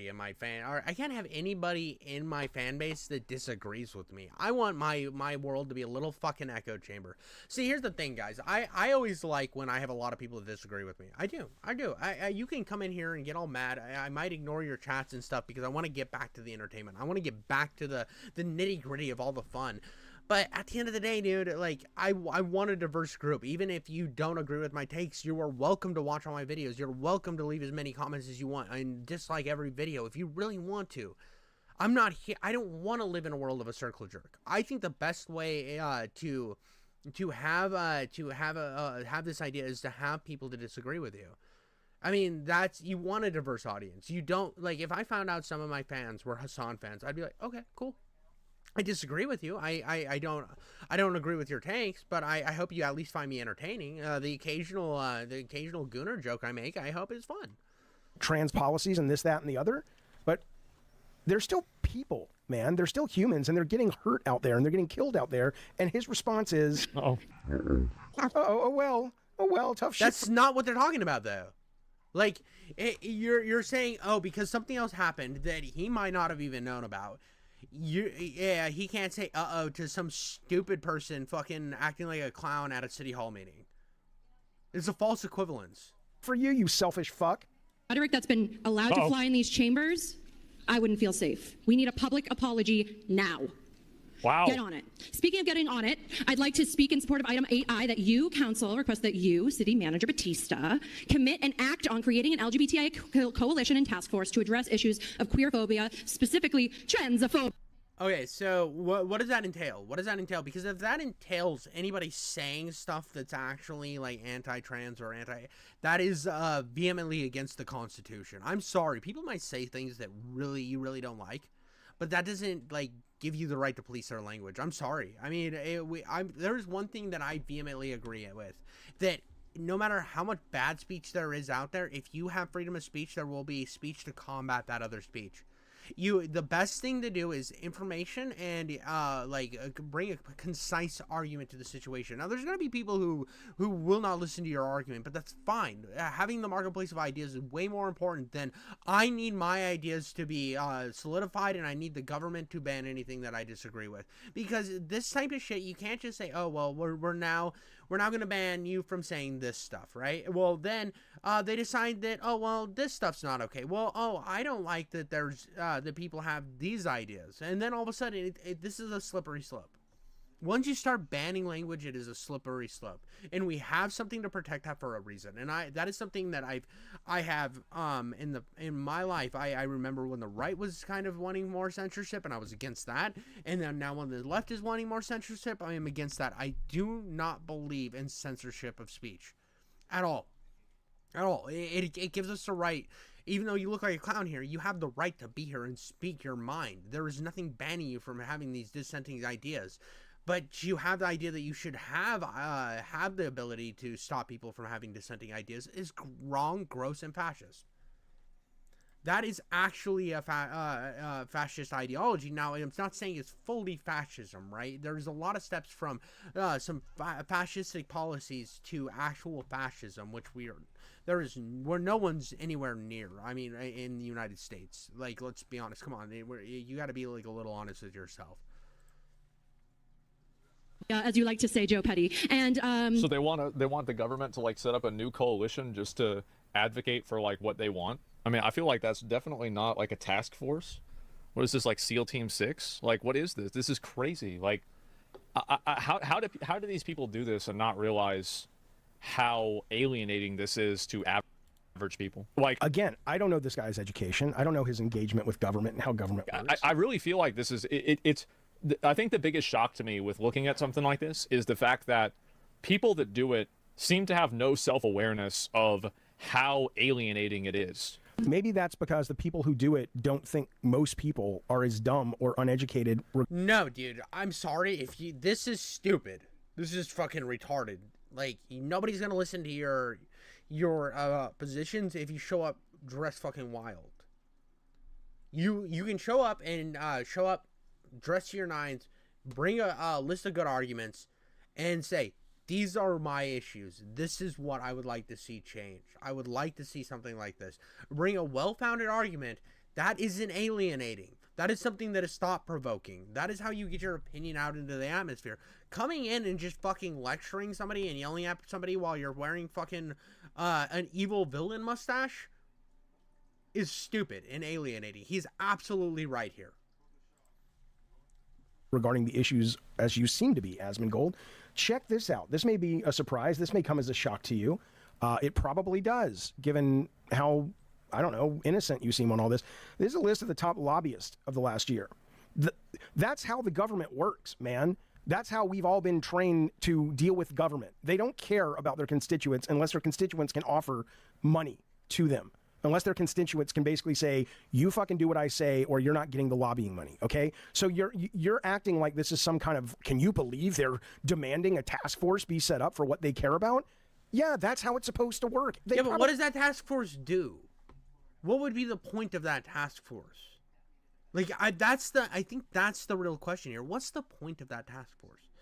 Now, is it to like understand, like is it supposed to, like, when there's a murder that happens, to do a little more digging to understand if it was an actual murder of a hate crime or just a fucking murder? Because I'm like, a murder is already pretty hateful, but like, what the fuck are we, like, is it to combat speech? Is it to what is this task force? What is it? What is the purpose? There is no fucking purpose. Like, that's the problem, is if you think about it for like 2 seconds critically, you'll start running into issues. That's where the issue lies here. Probably won't get it, and that's fine. But you clearly don't have a problem with the pharmaceutical research people saying, here's $31 million, government, do what we want. I have a problem with that. I think a lot of this this type of bullshit is not cool. I don't like this type of shit. This fucking where these companies can hold over the government. How we can look at government officials who only make like $200,000 a year, and yet they're all multimillionaires. There is suspect shit going on in the government with these lobbyists and shit. 110% something going on, and I think that's gross and disgusting. What does that have to do with a fucking weirdo yelling at a thing? Stupid. It's dumb. It's dumb. It's like, this is a different argument. You are going in a completely different fucking direction. You're diverting from the main issue because you're mad and you know that you can pull up some random bullshit and make a different argument to make yourself seem smarter. The insurance companies, here's $28 million, government, do what we want. Here's Zuckerberg, do what we want for $25 million. That, for some reason, that's not alienating to you, Asmongold. That's not alienating to you, most people. And if you were to say, well, no, Asmongold doesn't like that either. Okay, then make videos about that. Stop punching down. Oh, now we're punching down. I mean, this is stupid. I hate the punching down bullshit. I hate the punching down. It's like, you put yourself out there for the world to see. You are now opening the door for criticism for the world. That's how it works, dude. That's how it works. You fucking opened the door. You went out there. You were on fucking CTV or some bullshit. Somebody saw this. It was posted on the internet. You were like, yeah, that's cringe. It hits virality. People react to it. Like, come on, dude. Come on, this punching down bullshit's so pathetic. I hate it. I hate when, like, small creators, like, get mad at a big creator for covering them and like, oh, they're punching down. You put yourself on the fucking internet, dude. Plain and simple. That's what happens. You goon, you fucking child, you fucking uneducated, easily. I gooned so hard. I gooned during this video. I gooned. Manipulated piece of shit that's now going out into the world and using your platform to spread hate and cruelty at people that, I'm sorry, but they've done nothing to you. You have been convinced they are the bad guy. Think about that the bad guy is one of the most marginalized communities on the planet right now. And you... Oh my God, dude. Oh my God.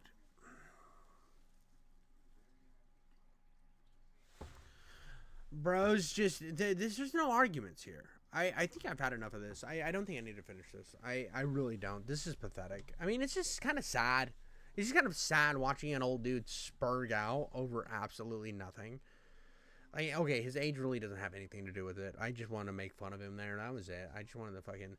He's throwing a little tantrum online, acting like he's the bigger, smarter man, like he always does. It's all... I don't understand. Like, I respect David Jaffe on what he's done as a video game creator. I think he is an incredible artist in that regard, and I will always say that.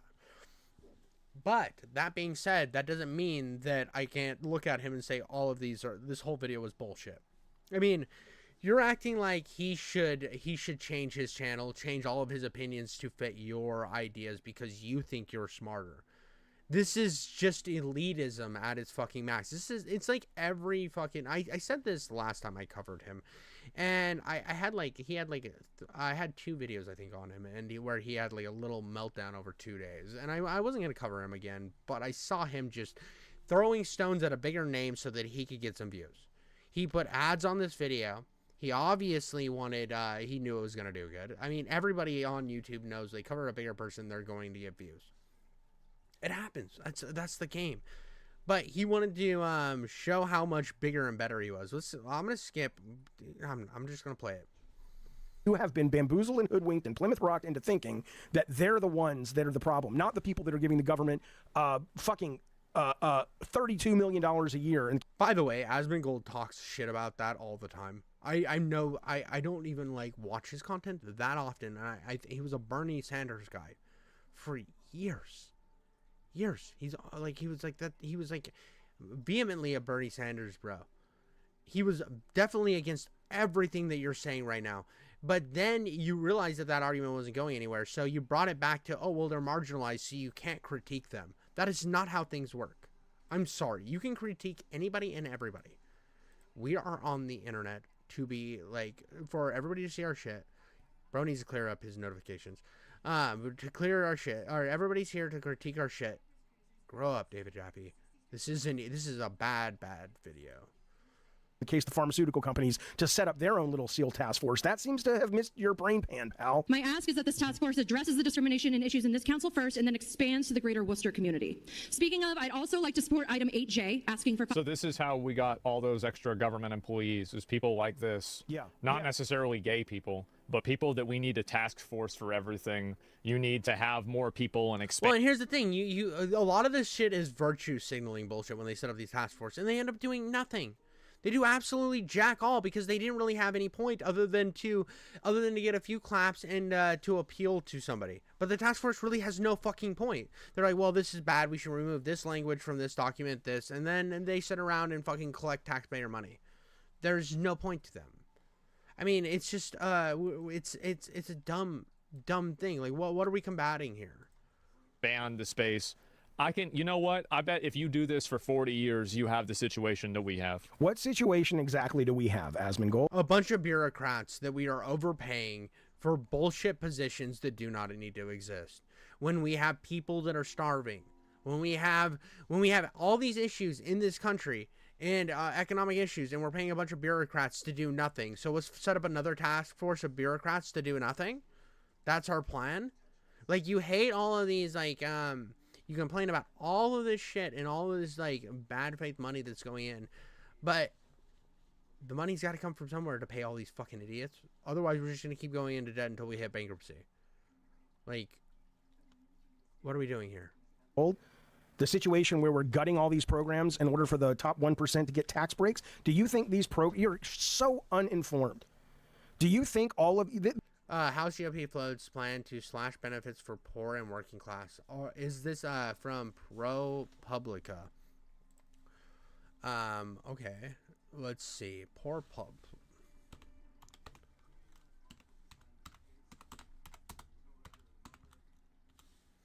Bias rating. Let's go with bias rating. Left center. Factual reporting high, so it is a factual reporting, mostly free. I mean, you should want allsides.com, ProPublica media bias. So they lean left. It's a left-leaning thing. I mean, you should want it as close to center as possible. Here are real and fake Forbes. Oh, it's on here. Go fuck yourself, Forbes. Well. Newsday, New York Times, Washington Post, the New York Post. Most high-risk domains. Okay. Nothing on there. So it seems like they're not the worst. So it wasn't the worst article. So maybe they are. Maybe there is going to be a cut. But, I mean, so far we haven't seen evidence of that. So far we've just seen evidence of random bullshit getting cut. So, who knows, dude? Who knows? This is what it sounds like this guy believes. All of these institutions that are being chopped by Doge. He did. There was no plan. He said it a million times. He wasn't going to cut Medicaid. There's a million times he said that. So far we haven't had a latest news opinion. I mean, there has been no information of that other than rhetoric. I'm not even that fucking news oriented, and I know that that there hasn't been. I've looked into that because people, like, I have friends that were worried about it, so I looked into it for them, and so far there is no actual things said by Trump or anybody on his cabinet that are going to cut Medicaid. And Trump, or at least attempting to be, we'll see what stands up in court, but attempting to be. Do you guys really think the savings of those particular bodies in government that cost money is going to be passed on to the consumer? But I mean, if there is stuff going on in these things where the money's not going to the people, it's going to other shit, that's a problem. These things should be going, money should be going to exactly, we should know. Like, this is the thing. I just want transparency. I want to know where the money's going and why it's going there. And I think every single government branch should have to show a breakdown of where they're putting this money. I think that's fair. I am 100% for complete transparency, and I think we have an issue where we don't know what the fuck's going on, and the fact that we're getting even though it's under Elon Musk, which I'm not the biggest Elon Musk fan, but the fact that we're getting some transparency is better than what we've seen my entire life. Do you think your egg prices are really going to go down? No. Fucking egg price is so annoying. Oh, it's to pay for the tax breaks for the top 1%. This is documented. The idea that he says, well, that's how we get where we are. Where are we? Where exactly are trillions and trillions and trillions of dollars into debt because we keep giving money to fucking everything. We need to cut programs that are stupid. Now, I don't think we should cut Medicaid and Medicaid, and there's another one, Social Security and stuff like that. But there are a bunch of shit like sending condoms to Gaza. That one was fucking stupid. And I know it's not that Gaza, but it's another Gaza. It's still stupid. We shouldn't be sending fucking condoms to anywhere. Like, why the fuck are we giving money to that? Why is there shit like this happen? Why are there people that were, I saw something recently, there was people, like, collecting, money for, like, Social Security that were, like, 300 fucking years old. What the fuck? Where's the oversight? There needs to be oversight, and we haven't had it. Those are things that need to be looked at. And the fact that there's such a pushback to looking into this is weird to me. Why wouldn't you want more transparency from your government? Why wouldn't you want that? Whether you're left or right. I want this to be so transparent that, see, to the point that where everybody's hands and everybody's pockets who's being filled by these companies that you brought up, I want to know who's getting the kickbacks. I want to know every single thing. I think when these companies provide money to these organizations, there should be documentation to where every fucking cent goes, and it should be publicly available. Every down to the fucking last fucking red penny. It should go every single thing should be allowed to be seen by the public. If these companies are giving money to politicians, we should know exactly why, exactly what they spent it on, how much was left over, and where that fucking money went. That's my opinion on it. Whether it's going to the right wing or left wing, I think we need complete, total transparency. Are we? How are you suffering under the last 15 or 20 years? Certainly compared to the LGBT community, you're not. How are you suffering over the last 20 years? How is anybody suffering?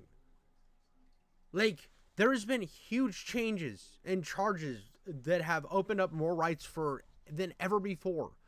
Where are we? There's no rights getting lost. This is just fucking, this is emotional appeal.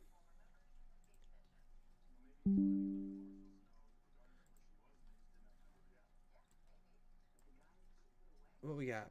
Did my OBS just crash? My OBS good? We good?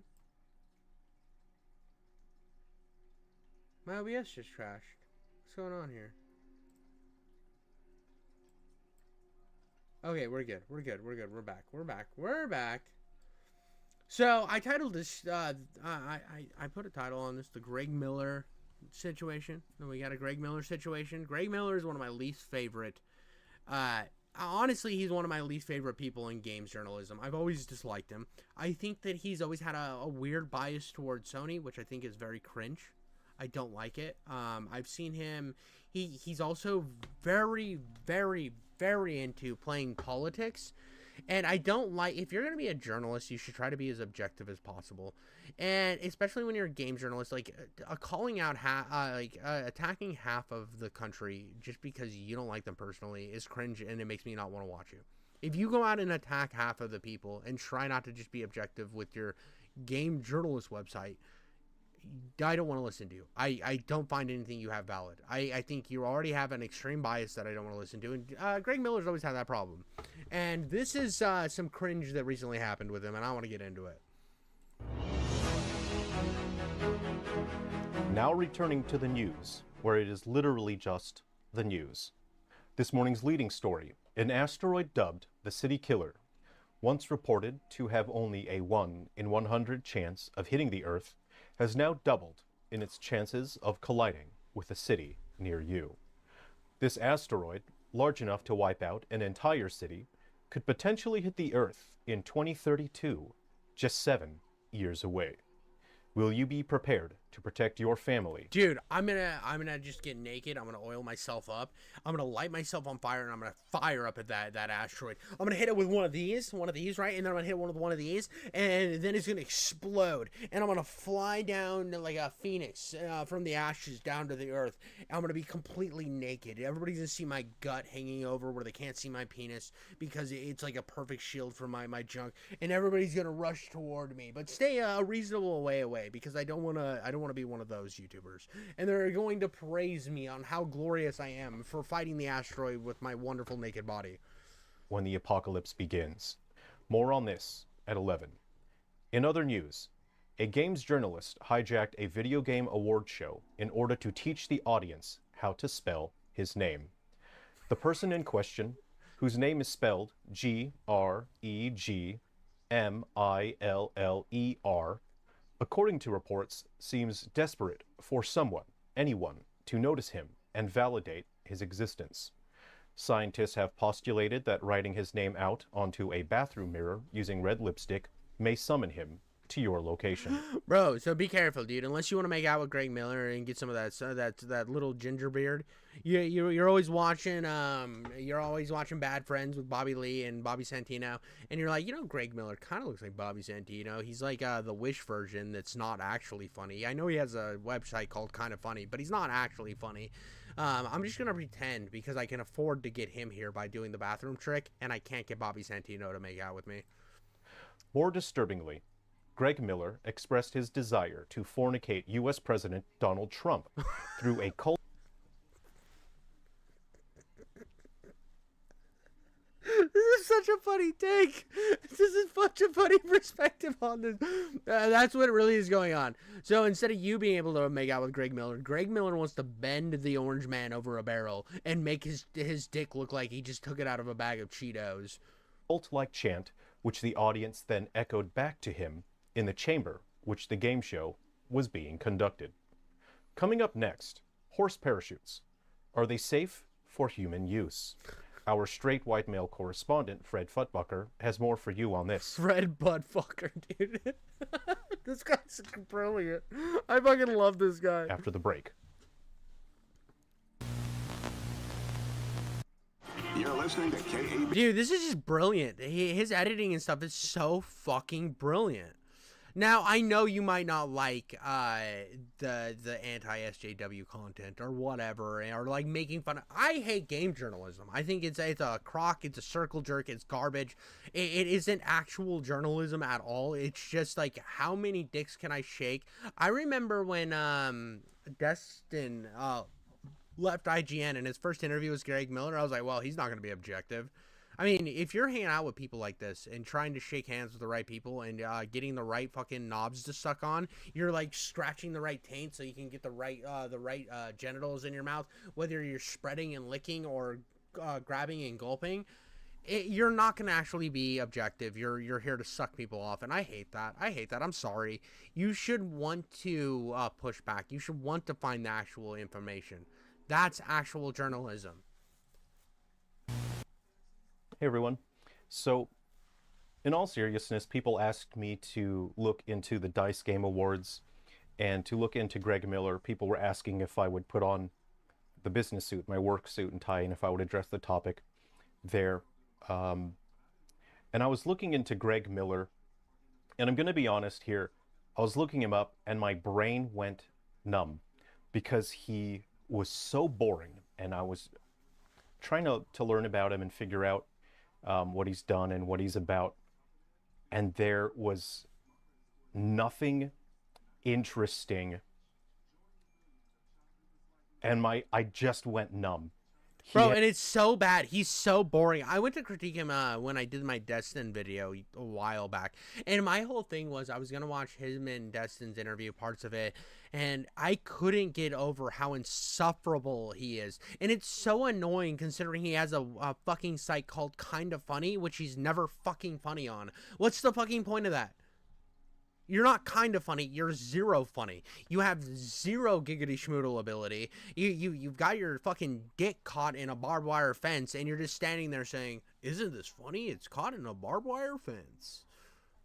It's caught in a barbed wire fence." It's just nothing, dude. It's a bunch of nothing. Actually, that would be pretty funny if that was his whole skit. It's just fucking his dick caught in a barbed wire fence. You're like, "It's caught in a barbed wire fence. It's bleeding out on its head." That would be good, dude. I would actually be like, this is a little fucking weird to put it on YouTube, but I mean, it is kind of funny. He has zero unique identifying traits. There's nothing interesting about him. And I don't know him. I don't know him personally, but I know that I'm not going to waste my time with such a boring person. I think I heard somebody say that he used to write for IGN. Look, I don't care. Here's my philosophy. Life is extremely short, and you shouldn't waste your life on boring things and boring people. And pardon my French, but good Lord Almighty, this guy. Pardon my French. Fuck Nickel Tuesdays. I don't like the cut of your jib there, buddy. You look like you put cheese graters on your asshole and then shred it into a cup and turn it into hot cocoa. Is bland. And I don't know what his deal is. I don't know anything about him, so I don't necessarily, think that I should be I'm not going to address him on a professional level, especially not with a suit, because I have a policy against punching down on children and people with mental health issues. And I don't know where this guy falls on that. Bro just called him a retarded baby. Yeah, I don't want to punch down on this stupid retarded baby with glasses. I don't know who the fuck this Greg Miller guy is, but he's a retarded baby. He's like an infant douchebag baby retard. At scale, he was just so boring that I quit. I was looking him up and I quit. So I don't know what I want to give you guys something interesting. I don't know. Greg Miller, from what I see, he's a child that is desperately seeking validation from an echo chamber on the internet. And that's so boring because that's basically every single games journalist that we've seen within the past. Yeah, dude. What's that one chick? Let me know in the comments below. What's that one chick that's like wants to slob? God, she's what's her name? She's like that Melissa McCarthy chick, where she just wants to fucking anytime she can get any attention, bro. She just wants to slob it down, bro. She wants to slob down so hard. Everybody's like knows how bad she's a fucking simp for everything, dude. She's such a pathetic. I think who's she? She wants to simp. I know she had a thing for like Hassan. She's had things for other people. It's just weird. She's fucking weird. I think it's Melissa McCarthy, but I'm not 100% sure on that. You'll have to fact check me.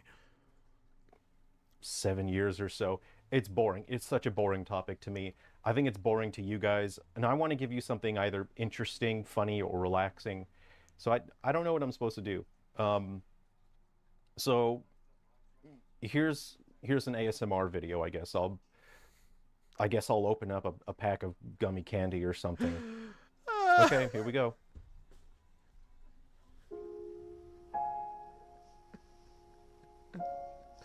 That's the rest of the video. The rest of the video is just him opening up a fucking thing of gummy candy because of how much of a boring fucking idiot baby Greg Miller is.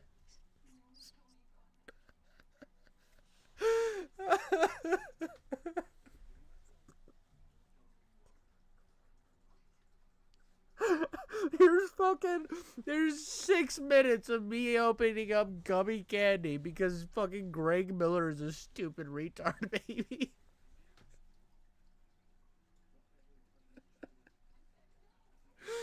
Oh, dude, well, this is funnier. This idea is funnier than the whole thing. So Greg Miller did this whole thing where he would tell like 2 jokes and then he was just like, fuck Trump, fuck Elon. And that was the whole thing, dude. Let me see if I can find the clip.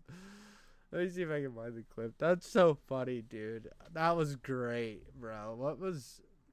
Hold on, dude. I'm so sorry. Rachel. Sungrad Studios.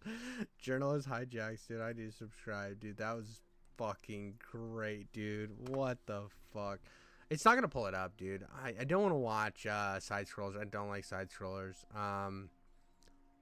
Who's covered this? It's everything. Let's go to this. So these people still haven't realized why they lost. Okay, this is already boring me. This is just as boring as Greg Miller. Give me some entertaining, dude. Give me something entertaining. I mean, that was it, dude. That was the entertainment. I mean, it's just like, oh, dude, I don't even know. It's not even pulling it up, dude. Here we go. Elon Musk. I don't want to give anything an inch because I am afraid of the consequences of giving anyone an inch. That's why I wouldn't apologize for the joke. That's why I resigned from my company instead of apologizing for the joke. Wow, how could you apologize for that? That's so crazy. It's Jeremy coming to you with another video, and today we are talking about Greg Miller. Who is Greg Miller? Greg Miller is one of the worst people in the entire mainstream games journalist area, by far. He's just kind of boring. He's not even the worst. Let's get to Awards, and it was live streamed over on IGN, his former employer, who he now has some type of partnership with, because Greg Miller used to work for IGN. All right, well, let's go here. 1 hour and 4 minutes and 34 seconds into it. We can do this. We can go Dice Awards.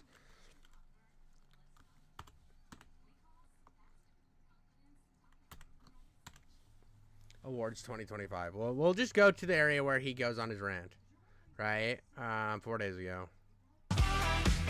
All right, we'll go to the area where he has his little meltdown, and we'll see if there's anything actually of substance here. Because I saw this trending on Twitter. I didn't actually watch any clip. I saw the fuck Trump clip.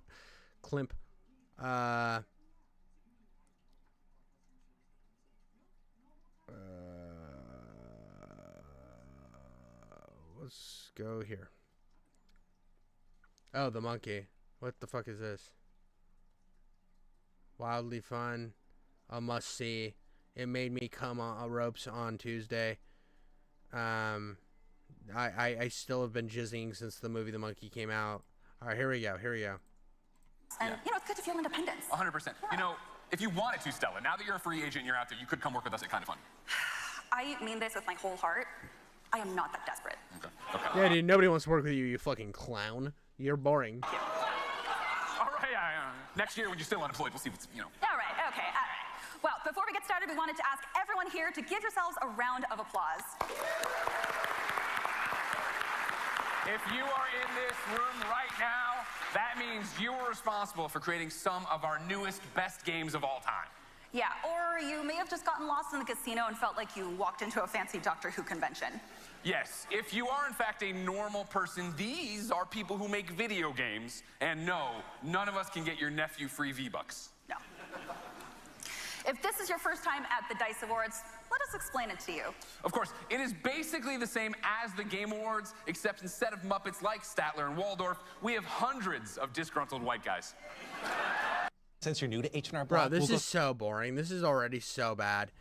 Like, I can understand why he went with the ASMR video over watching this shit. Jesus Christ, dude.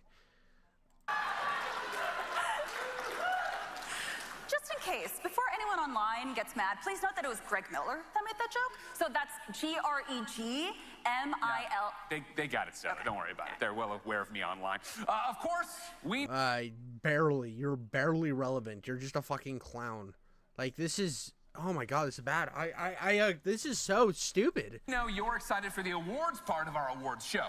Yeah, so that's why the producers have asked us to keep the show tight this year. And they mean as short as possible. Ooh, kind of like the amount of time Concord existed. And the show is over. We'll see you next.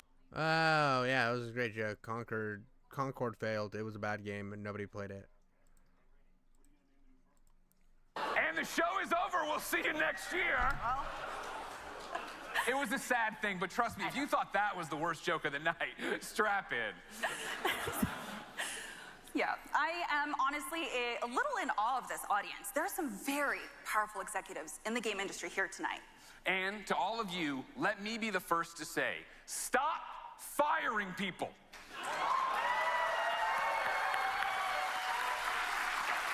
Again, remember what I said about this all being a circle jerk? This is all a circle jerk. Let's get ahead here, because this is fucking boring, Yeah, dude. and on top of that, GameStop shut down Game Informer. And that one really hurt. I can't believe. Good, dude. Shut it down, dude. All of this shit, just shut it down. Here's the thing, IGN, I would be, like, if IGN shut down tomorrow, I'd be like, that's really sad. Okay. Nothing, my life isn't going to change. I mean, they add zero content anymore. That. Of course, Game Informer was the best part of GameStop.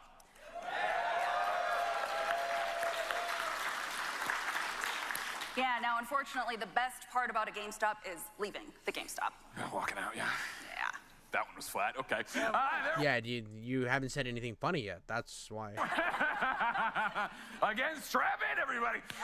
There was a lot of annoying culture war stuff around games in 2024. Yeah, a lot of the talk revolved around women characters in games not being attractive anymore. Yeah. That's wild. It's wild you were saying the thing about attractive enough when you showed up with a highly... Like, I'm not trying to, like, shame her here, right? You complain about attractive enough, but you guys dolled yourself up to be attractive. Like, yeah, people don't want to watch it with, like, or play games with ugly people. Like, sorry. If you're a girl and you want to play a game and there's a hot guy in the game, you're going to want to play the game because there's a hot guy. Like, if it's fucking, you are given the controller and it's me to control, no girl's going to want to play that game. Plain and simple. They're going to be like, why the fuck would I play as the weird, scruffy fat man? And when I think about it, I have a very nuanced opinion on it, which is basically, who fucking cares? Have these people seen a woman up close? Dude, obviously they care enough to to have these games not sell well. I mean, here's the thing. I have my own critiques with the culture war bullshit, and I hate when they try to tear a game down before it even has a chance to live. But I do have to say that this shit isn't working for y'all, buddy. It's just not. It's just fucking. This is all falling so fucking flat. Like you can't force people to buy a game that they don't want to play with a bunch of like characters that you say we should like, but nobody else likes. Before, what the fuck are we talking about, everybody? But of course, you can tell times are tough because Indiana Jones fighting Nazis in games is now considered political. Did anybody have a problem with who actually? I thought everybody liked Indiana Jones actually, so let's check that out. I don't even need to check that out. Indiana Jones did really fucking well. I don't know why. Nobody had a problem with punching Nazis in Indiana Jones. Actually, I actually said that all those people that were being fucking little cringe lords and complaining about the one guy that was super gay that was at the announcement of Indiana Jones, anybody who's calling the game woke at that point, I said you were a cringe lord, wait till the game comes out. I am always a firm believer to wait till the game comes out and then reap the fucking chaos that happens if it's bad. Then I start reaping chaos. I don't do the preparation to chaos, and then I'm like, it's like then I'm not having a good time because I don't get my chaos. I don't get to like munch down on chaos. Nobody was mad about punching Nazis. Everybody likes punching Nazis. Who the fuck doesn't like punching Nazis? This is this ideology where they think that, oh, because people on the right are Nazis. Obviously, they've always been Nazis. Like, well, who the fuck are? Well, what are you talking about? That's why they don't like punching Nazis. No one. Everyone loves punching Nazis. Everybody loves the old Wolfenstein games. What are we talking about here? Yeah. But you know what? Let's celebrate the good. Of course. Personally, we are so glad that Indiana Jones and the Great Circle is nominated for 6 awards tonight. Yeah. And from what I hear, it deserves it. I heard that game was fucking amazing. I heard it was fucking amazing. And I haven't seen, and like, even the culture war guys that talk shit about Indiana Jones pre-launch had to eat fucking crow because of how good the game was. And they had to backtrack. They had to backtrack on it because they look like assholes. So, I mean, even they were like even people like Andy Pants Gaming had to come out and be like, yeah, I heard the game was good. And he's a fucking clown. So, your whole premise here is just fucking stupid. It's so dumb. This is so fucking bad. Including Game of the Year. Let me tell you, nobody, and I mean nobody, gets screwed out of awards more than a December video game. Yeah, it's... I know I'm pausing again, but that is so true. I fucking hate that the Game Awards are before the end of the year. Why would you hold an award show before the year actually ends? And you're like, well, then the next year starts. Yeah, the Christmas season games are the games that they're putting them out in Christmas season because that's the best time to sell games. That's like Christmas gifts. That's... Why the fuck would you, like, some of the best movies of the year always come out in December. It's the same thing with video games. Why the fuck would you have the Game Awards, like, beginning of December? That's far in fucking September. I think it's, September is when they have the Game Awards, which is just retarded. It's so retarded. Great for Christmas, but terrible for trophies. Terrible for trophies, and this isn't even a joke. We just really like that game and want to call out the fact that it's great and it got a Game of the Year nomination. Come on. I know. It really makes you feel like Indiana Jones. It does, it does, it does. Also, Troy Baker, if you're out there, if you ever want to leave me voicemails as Indiana Jones, feel free. Okay. I get one. Come on. You get one. You get as many as you want. Don't worry about it. Thank you. I see Rod Ferguson over here. Of course, one of my favorite games, Diablo 4 Vessel of Hatred, is nominated for Online Game of the Year. Get your hands together. Yeah. Thank you, Rod. Of course, that is a game that takes real skill. Deeper than A. Oh, wait, when you're dismantling democracy. There we go. This is where we're getting into it. Here we go. But of course, you can tell times are tough. I almost skipped, but then I remembered Diablo 4 is a game that Elon Musk plays, so we're gonna get here. Because Indiana Jones fighting Nazis in games is now considered. Of course, one of my favorite games, Diablo 4 Vessel of Hatred, is nominated for Online Game of the Year. Get your hands together. Yeah. Thank you, Rod. Of course, that is a game that takes real skill.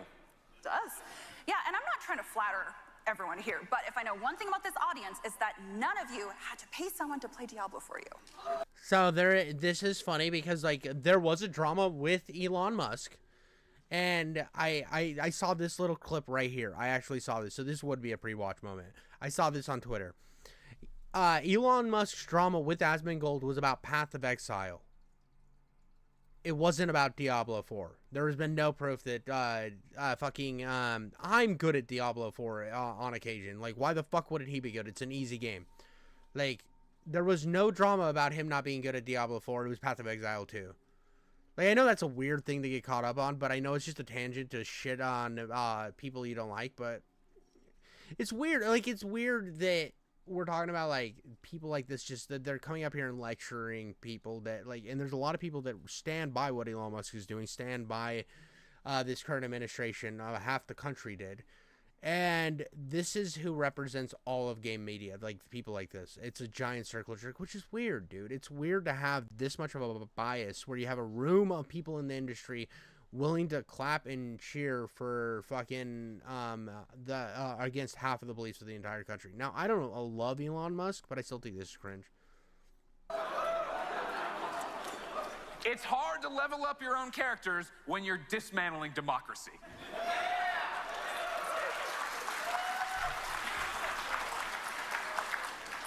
We're in good company here, but just in case for the people online, if you get mad at that joke, it's Greg Miller. G-R-E-G. M-I-L-L-E-R. Slay, queen. Fucking slay. Fuck Elon Musk and fuck Donald Trump. So proud and brave. So proud and brave. Dude. I mean, he's fixing for years we've talked about the division in this country and all this sowing of division. And it wasn't by guys like this. They were fighting to stop the division in the country.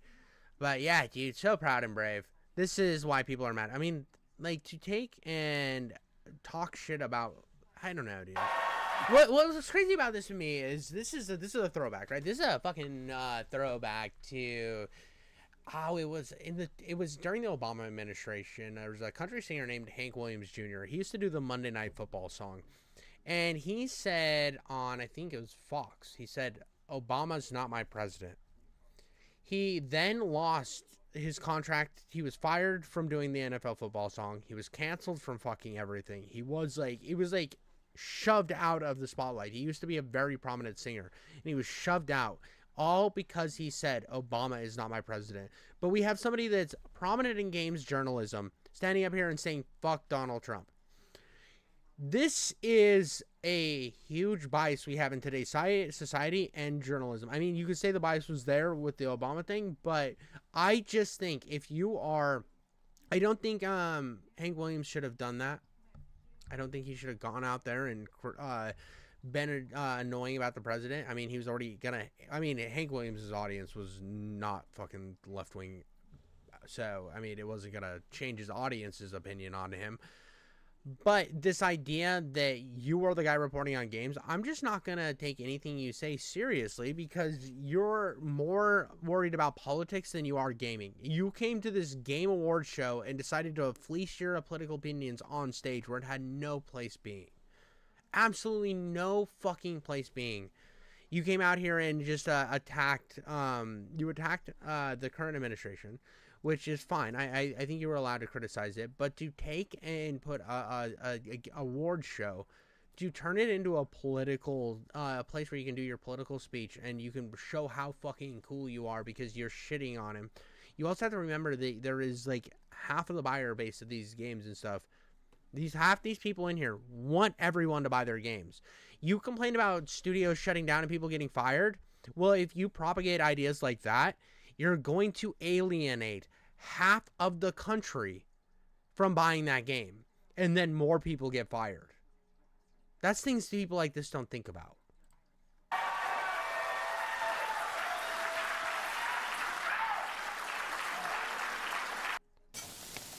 I mean, it's just goon behavior. This is gooning behavior. It's just fucking sad and pathetic and cringe. I mean, I would say the same thing if it would have been like during the Biden administration and some guy walks up there and says, "Fuck Joe Biden" at a Game Awards. I'm like, this is not the place for it. It's not the place for it. I'm sorry. Like, why are you alienating half the country because you don't like Joe Biden? That's what I would have said. I would have said the exact same thing. I think this is fucking pathetic and cringe. Yeah, speaking of which, a lot of changes happened in the past year. That's right. For example, the PlayStation 5 Pro came out last year. This is true. Yeah. You know, it's so powerful that Sony is almost... Yeah, I'm bored of this. That was the Greg Miller situation. I mean, the first guy was right. ASMR is more interesting than his entire fucking career. That was not fun at all.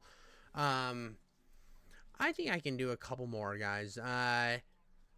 Well, I don't want to do another thing. We're going to do this Joe Rogan thing. We'll see how Joe Rogan on LGBTQ brainwashing. Now, we'll see how smart this is. This is an Asmongold clip. I'm gonna see what his perspective is on it. I think that there is definitely agenda-based manipulation when it comes to groups that have been deemed marginalized, which to an extent they are. But there is a sympathy baiting that has been going on. I think it's just blatant. It's like when people complain about the right-wing pipeline. That exists as well as the left-wing pipeline. So there is brainwashing that's happening all the time because people are like goaded into this shit, especially with the internet. But let's see what we got here. LGBT brainwashing? Uh-oh. Our president is very smart. He's showing us things that enables people like Mike Benz and you and I to have these conversations about, because it's not ideological that USAID, which is not USAID, this is like one of these psyops right Sometimes up top, like Federal Express is not owned by the government, Federal Reserve is not owned by the government, USAID is the Agency for International Development, not aid. And we see on television, there goes another pallet onto the C-130. Aid, U.S. aid from the American people. Oh, we're being nice. Yeah, we're being nice to people. We should be nice. We're the nice people of the world. But I mean that the United States has had an issue of basically just psyoping everything. We see a government that we sort of don't like. We're like, dude, let's have the CIA make this whole country think we're vampires and bleed people out from trees. That is a real thing that happened. What these, and I'm sure Mike talked about this, like LGBTQ. These dance parties and things, if you look at these countries, like these are countries where we want to keep them away from Russia, overthrow the incumbents. Yes. And the way to garner support is to, and I really love how they added the Q. That just became so clear to me all of a sudden. If you sponsor LGBTQ, these are outcasts. These are people who feel that they've been marginalized. Sure. Then you add a Q, like, well, I mean, to be fair, in a lot of these other countries, they are legitimately marginalized. Oh, 100%, 100%. You go to third world countries and they just straight up kill people that are gay, which is fucked, which is so gross. I hate that countries do that. It's like, let people fucking be themselves. Like, it's in the U.S., we forget about this, but in a lot of countries, like, you actually are marginalized if you're gay, right? And not even to mention trans. And I can be queer. I'm different. I'm odd. You bring more people in. You can bring the anarchists in. You can get A. They have the A's in Oh, now, yeah. The which A's, is so crazy. Everything. But the A's Intersex. don't even have a dog in the fight. But that's the point. You want them to come to the party. Yes. Come to the party. You're allowed to the party. That's and why it's so long now. And I saw this, AFD in Germany, this is the extreme right party, and they wanted, to slow or remove immigration. And so now there was a protest against the AFD. They're getting ready to vote now, and there's 100,000 people there. And I'm like, wow. I thought, because I know people in Germany, I have friends in Germany. They really are sick and tired of this immigration stuff. So where are these people coming from? And in the news report, right up front, there's a dude in a blonde wig with eyeshadow saying, we just want to get along. Can't we just be diverse? I'm like, that's the PSYOP. Yes. He's talking about himself. So he wants to feel included, which, by the way, in America, you can do whatever you want, call yourself whatever you want. People really don't have an issue with that. But generally, they've just taken this and... people do have a problem with it. I mean, there are people that have big issues with it. They're always going to be bigoted. There's nothing really that's going to change their mind. But we do have freedom of expression in this country, and I think that's something that's super important. Use these people into their political agendas all over the world, and of course, it sparked something here in the States. If you look, the Democrat Party, they're going to die on this hill. They're still like, oh no, LGBT. I think that he's right about this part, that they're completely captured by identity politics. They are. They're completely captured. I don't know if they're ever going to be able to get over it without like a total reformation. And it's so bad because there used to be like people talk about the right going far right or whatever, right?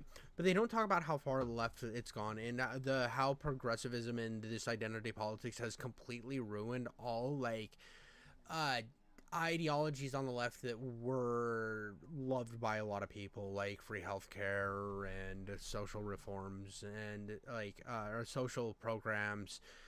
there's a lot of ideas like unions and stuff. There's a lot of things on the left that a lot of people really liked and cared about, but now those are getting pushed to the sidelines, and it's all about identity politics, and those don't really stand for anything. Those are there's only argument there is sympathy. There is sympathy and empathy are the only arguments there, and that's just manipulation tactics at that point. So after a certain point, people are not going to give a shit. People aren't going to fucking care.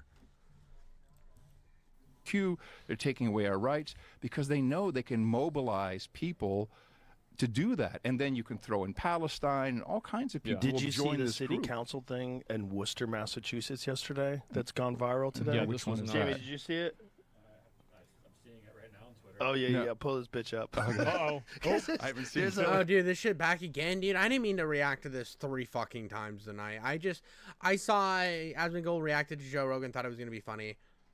There's a compilation of these people like absolutely freaking out. The best one's the compilation, if you can find the compilation. But it's all these LBGT people show up at this city council meeting to say there's like a trans genocide. It's one of those, dude. We're gonna round up in concentration camps. Yeah, 5 minutes long. Yeah, just give me start from the beginning. Give me. Can you wrap up, please? Yes, I can. If you say that you're afraid of Trump and that's why you don't want the city to be a safe space for trans people, you better prepare for trans people to make this a very unsafe space. Oh, brother. I'm shaking right now. We saw this. I don't want to be here. Let's go here. I pray for them. The biggest way to psychologically manipulate people is, or there's 3 ways: old people, puppies, and children. And and I followed this. It started around 2000. Yeah, this was all manipulation. This is the thing that why I had such a problem with David Jaffe and this whole thing is this was all manipulation. This was all manipulation tactics. It was kind of disgusting how it was just it's an appeal to sympathy, and it doesn't have any real basis. It's just like, we don't like the current administration. We don't like we don't believe in their values because they refuse to acknowledge what we want them to acknowledge. So therefore, we are going to use sympathy manipulation tactics to win. I mean, this isn't like profound shit, dude. This isn't. I think it's funny whenever Joe Rogan has somebody on, and he's like, "Oh wow, dude, fucking wow, dude. Oh, that's crazy, bro. Whoa." And it's like the dude just saying blatantly normal fucking shit. Like, Joe Rogan isn't the smartest man. I'm not saying he's dumb either, but I'm just saying, like, this guy's not saying anything that's profoundly wild. It's just like obvious. This is obvious manipulation tactics, and that's why I don't like any of these appeals to sympathy, because they don't do anything for me, because I don't fucking know you. 2012, not coincidental, when you know about the Smith-Mundt Act. So that's, it was a law that was put in since the Church Commission. You can't propagandize the American people. Defense Department and others went to the government and said, well, like, we're on the internet now, we might accidentally, push some propaganda on people. It started with bullying in schools. I know, because John Dvorak and we followed it on No Agenda. Started with bullying, then it was we needed anti-bullying laws, and we're literally going like, what happened to sticks and stones will break my bones, or punch the bully in his nose? No. Then the teachers, and then we got hate speech. I remember the bullying thing. I remember thinking it was the dumbest fucking thing ever, because I when I was in elementary school, I was like bullied because I was a little fucking Spider-Man nerd, which, I mean, now it's like cool because Marvel like got good and then Marvel got shit. But I remember just like, I was like trying to force what I liked on everybody else instead of trying to understand what other people liked, and trying to actually have conversations with people and appeal on a level that wasn't on my perspective. And that's a problem I see right now, is everybody wants you to be on the exact same page as what they're on, instead of trying to understand where the person sitting across from you is. And it went through me being weird and me kind of like dealing with stupid shit and kind of learning I need to understand other people in order for them to understand me. I don't just show the weirdest, wildest me to the world and then expect them to just be like, oh, cool, I'm just gonna like pretend that's normal. Yeah, because like I was being weird. I was a fucking like weird kid. It was and it's like I look at this whole thing right here, and it's like I see like the bullying thing, and I remember going to in middle school, going to like the movie theater to watch anti-bullying films, and all this like shit. It's like you can just figure shit out. Most of the time, like even when there was bullying, you didn't go to a teacher. You just fucking figured it out, dude. And it was just such a waste of time, and it felt like such a lecture, and it was so annoying. Speech laws, not actually laws, but hate speech punishments, and this kept building up until you guaranteed parents through the American Medical Association, the Pediatric Society, all of these different trade groups, that if you don't transition your child, that child will commit suicide. Right. And that is a horrible thing that they've done. Think about these parents who may or may not one day wake up and go, what have I done? What have I done? Well, someone was talking about this the other day, that this is the real problem, is that so many parents have committed to doing this to their children, and they cannot face the reality of what they've done, and so they're going to dig their heels Well, they don't know what it is, right? I mean, like, I think that, like, as a parent, like, there are a lot of things that kids can't consent to, and parents can't consent their kids into, even if they want to. And that's for everybody's best interest. That's it. And I have to say, what the fuck just happened? I have to say that one thing that I don't agree with on the whole trans thing, and I think you are fully allowed to be whatever you want, to do whatever you want that makes you feel like you. I am fully in support of that. I don't think kids should be allowed to make these massive life-changing choices when they're not, like, I think it should be 18. It's the same thing like cigarettes and tobacco. When they moved that to 21, it's like, why are we taking all of these rights from, like, the only thing you can do now when you're 18 is basically vote. That's all you got. I think you can buy a rifle and vote. Like, they're slowly taking more and more rights from, like, 18-year-olds, and I think when you're 18, you can make I think you should be allowed to make any decision you want, because you are considered an adult now. This is like your life, your choice. Make those options. But before then, I think you shouldn't be able to like make these massive choices, because you don't have the power yet. You're not even under law considered an adult. So why the fuck would you get all of these why would you be able to make these life-changing decisions without your parents? Mm-hmm. And vote Democrat. Talk about gender affirming care. Yes. Yeah. But the thing is, that's a small percentage of people in the general population. Thank God. And thank God. But they're overrepresented in the fact that they make it their whole life, and so they're very loud and very vocal, and then they become a political beach ball. I talk about beach balls. I heard you talk about that with Bridget. That's what it is. It's totally. The political beach balls at a concert. They chuck them up in the air, so we always have something to fight about. So we're not paying attention to like the USAID stuff or a lot. Yeah, it's all a distraction, and I think that there's been a huge. It was like the whole trans. Women in sports things. It's like, it's an annoying issue, but it's like such a small issue that like now obviously they're trans people aren't trans women aren't allowed in women's sports, but it was something to be a distraction. It was a distraction. It always became a talking point. It was like, oh, we have like real shit that we need to talk about, real policy we should be talking about, but instead we're talking about trans people in women's sports, which I could have given a shit less about. I don't give a fuck who's playing in what sports and when. I don't fucking care. But it was just always an issue, and it was always brought up on both sides. It was this fucking bouncing ball between. I like that analogy. It was a bouncing ball, and I just could not give a shit less about that issue when there is where we are in it. We've been in an economic crisis for a very long time, and there was no future on the horizon of bringing industry back to this country to where we could get out of this economic crisis. But no, let's talk about trans women in sports, dude. Like, I could have cared less about it.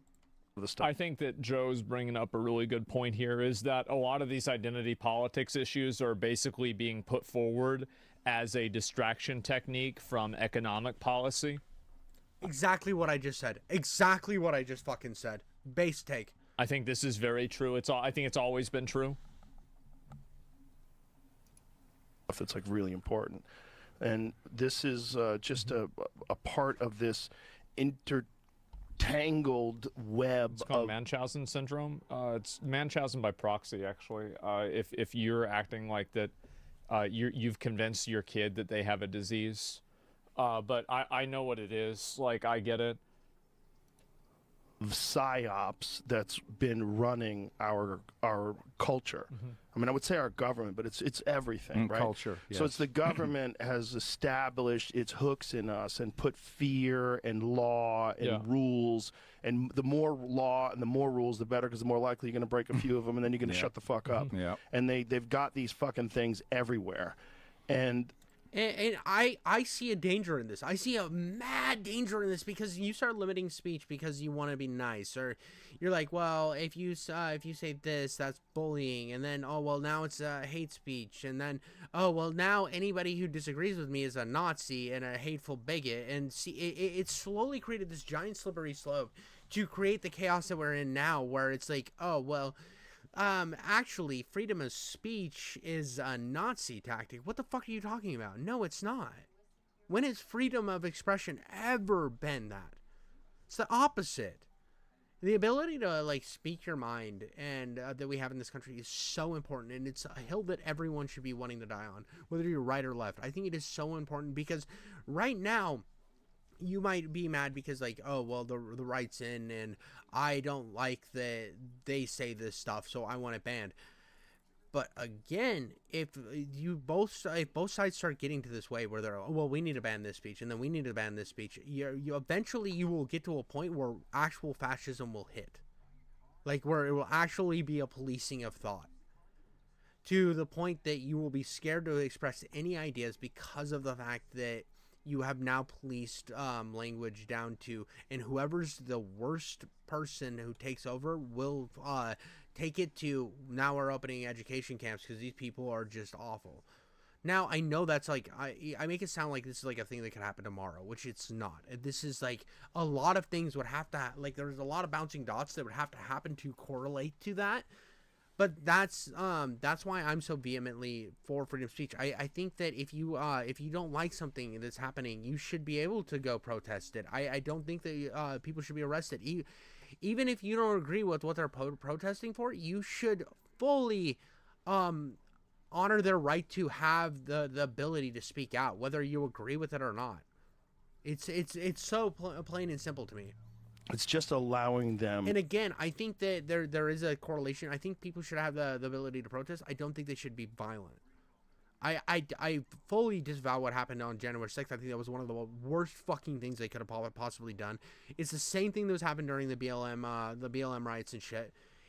There was a correlation there of two very, very bad instances, and one doesn't make the other okay. And I hate that they both sides utilize, well, they did it over here, so we could do it over here, and then they did it over here. Protesting should not be violent. Use your words, not Molotov cocktails. To run this mafia business. And there's a bunch of people that are reasonable. I think that's true, is that it's very hard to speak out against this stuff, and it wasn't, well, not anymore, but for a long time it was very hard to speak out against this stuff. And that's why, for example, like the trans kids stuff, I think that's the point. That was the bridge too far. That really kind of, that was the straw that broke the camel's back. And then afterwards, now you see people like having a huge reaction against it, massive reaction against it. Educated people that have Stockholm syndrome. Like they don't want to admit that even their people, their cherished heroes like Obama, was a part of this. Big part.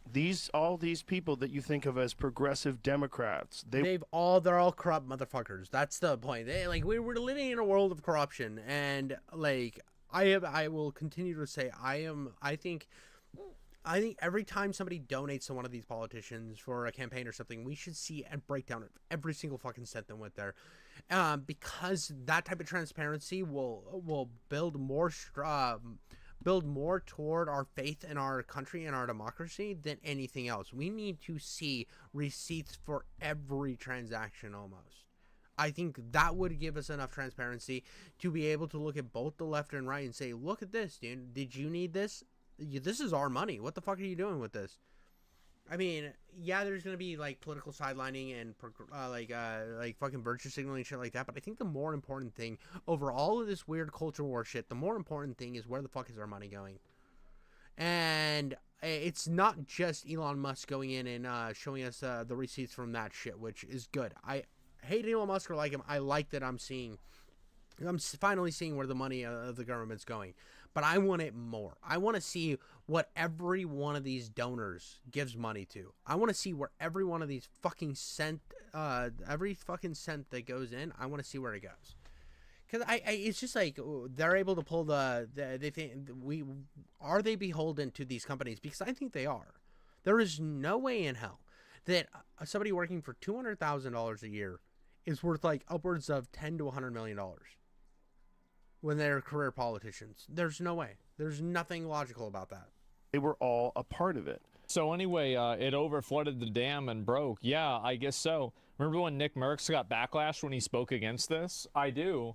And I think that radicalized a lot of people too when they saw that. They saw somebody like Nick Merckx who said, I don't want to have, gender ideology in like my kids' schools.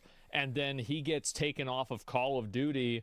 Everybody hates Nick Merckx now. Everybody's dunking on Nick Merckx.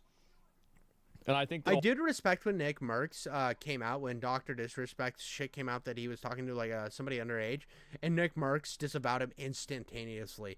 Just dropped him over nothing. He's like, I'm going to stand by what I said about protecting kids, and I want nothing to do with Dr. Disrespect because this is gross. A lot of people saw that, and they were like, this is fucking ridiculous. And the fact is that as soon as it was possible to express that opinion, it turns out everybody actually had Nick's opinion.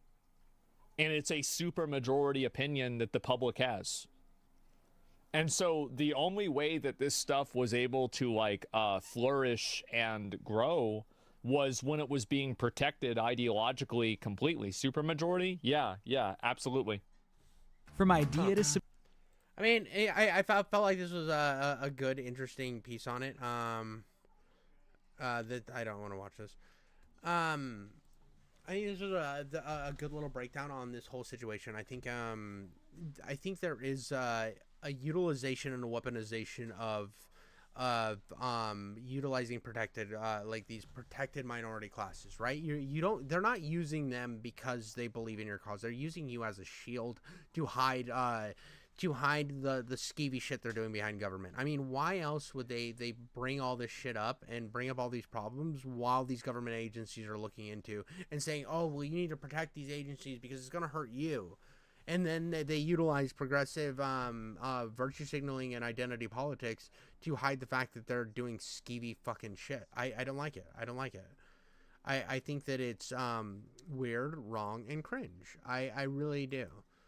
It's something that I think we should all be behind, the idea that more transparency is better, regardless of how you feel about Elon Musk or not. If he keeps being transparent, I mean, when it gets to the point where it should be called out, I am for calling it out.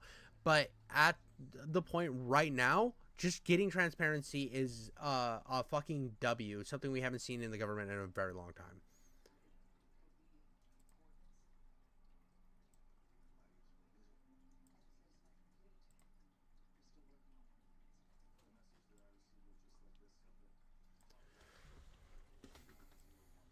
So I saw this on my feed. This is called Nux talks about Asmongold losing friends.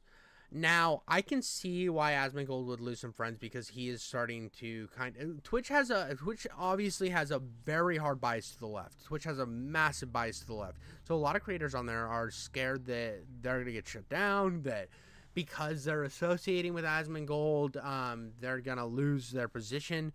There's a lot of people that are also friends with both Asmongold and Hassan, that obviously Hassan doesn't mess with Asmongold anymore, and he wants to be done with it. So I think that in this entertainment landscape, it's very hard to know who's your friend and who's just somebody, because most of these creators, and like creators I know, who the shit is that guy? That is Nuxanor. A lot of these creators in different worlds are different. Most of these people don't ever meet each other in person. You talk over Discord, or you talk over text or whatever. You don't actually know anybody. So this is the thing. Like, no matter how big of a creator I get, no matter how many friends I make online, and a lot of them will be my friends, but I don't expect them to be like, oh, I'm gonna stick around for you, ride or die type friends, because they don't actually fucking know me. They know what they've seen of me online. They know what they've met, and I think that you're not gonna guy on the face cam on the left. Me? That is me. That is me 100%. Like, I got a haircut. If you're wondering, I got a haircut, so that's probably it. But you don't really know who's your friends in this industry. I think that's a really important thing. But let's get into seeing Nux talk about Asmongold's friend. And somebody who knows a lot about losing a lot of friends, it's Nuxanor. I mean, everybody basically just cut tail and ran on Nuxanor over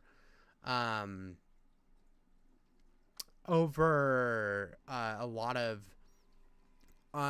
bullshit. It was just a bunch of cancel culture bullshit that they try to get him with. Like, oh, he used the thumbnail. He used to like call creators in, and then he would hit them with like cringe he'd find on the internet, and some of it was like cringe based on like hentai.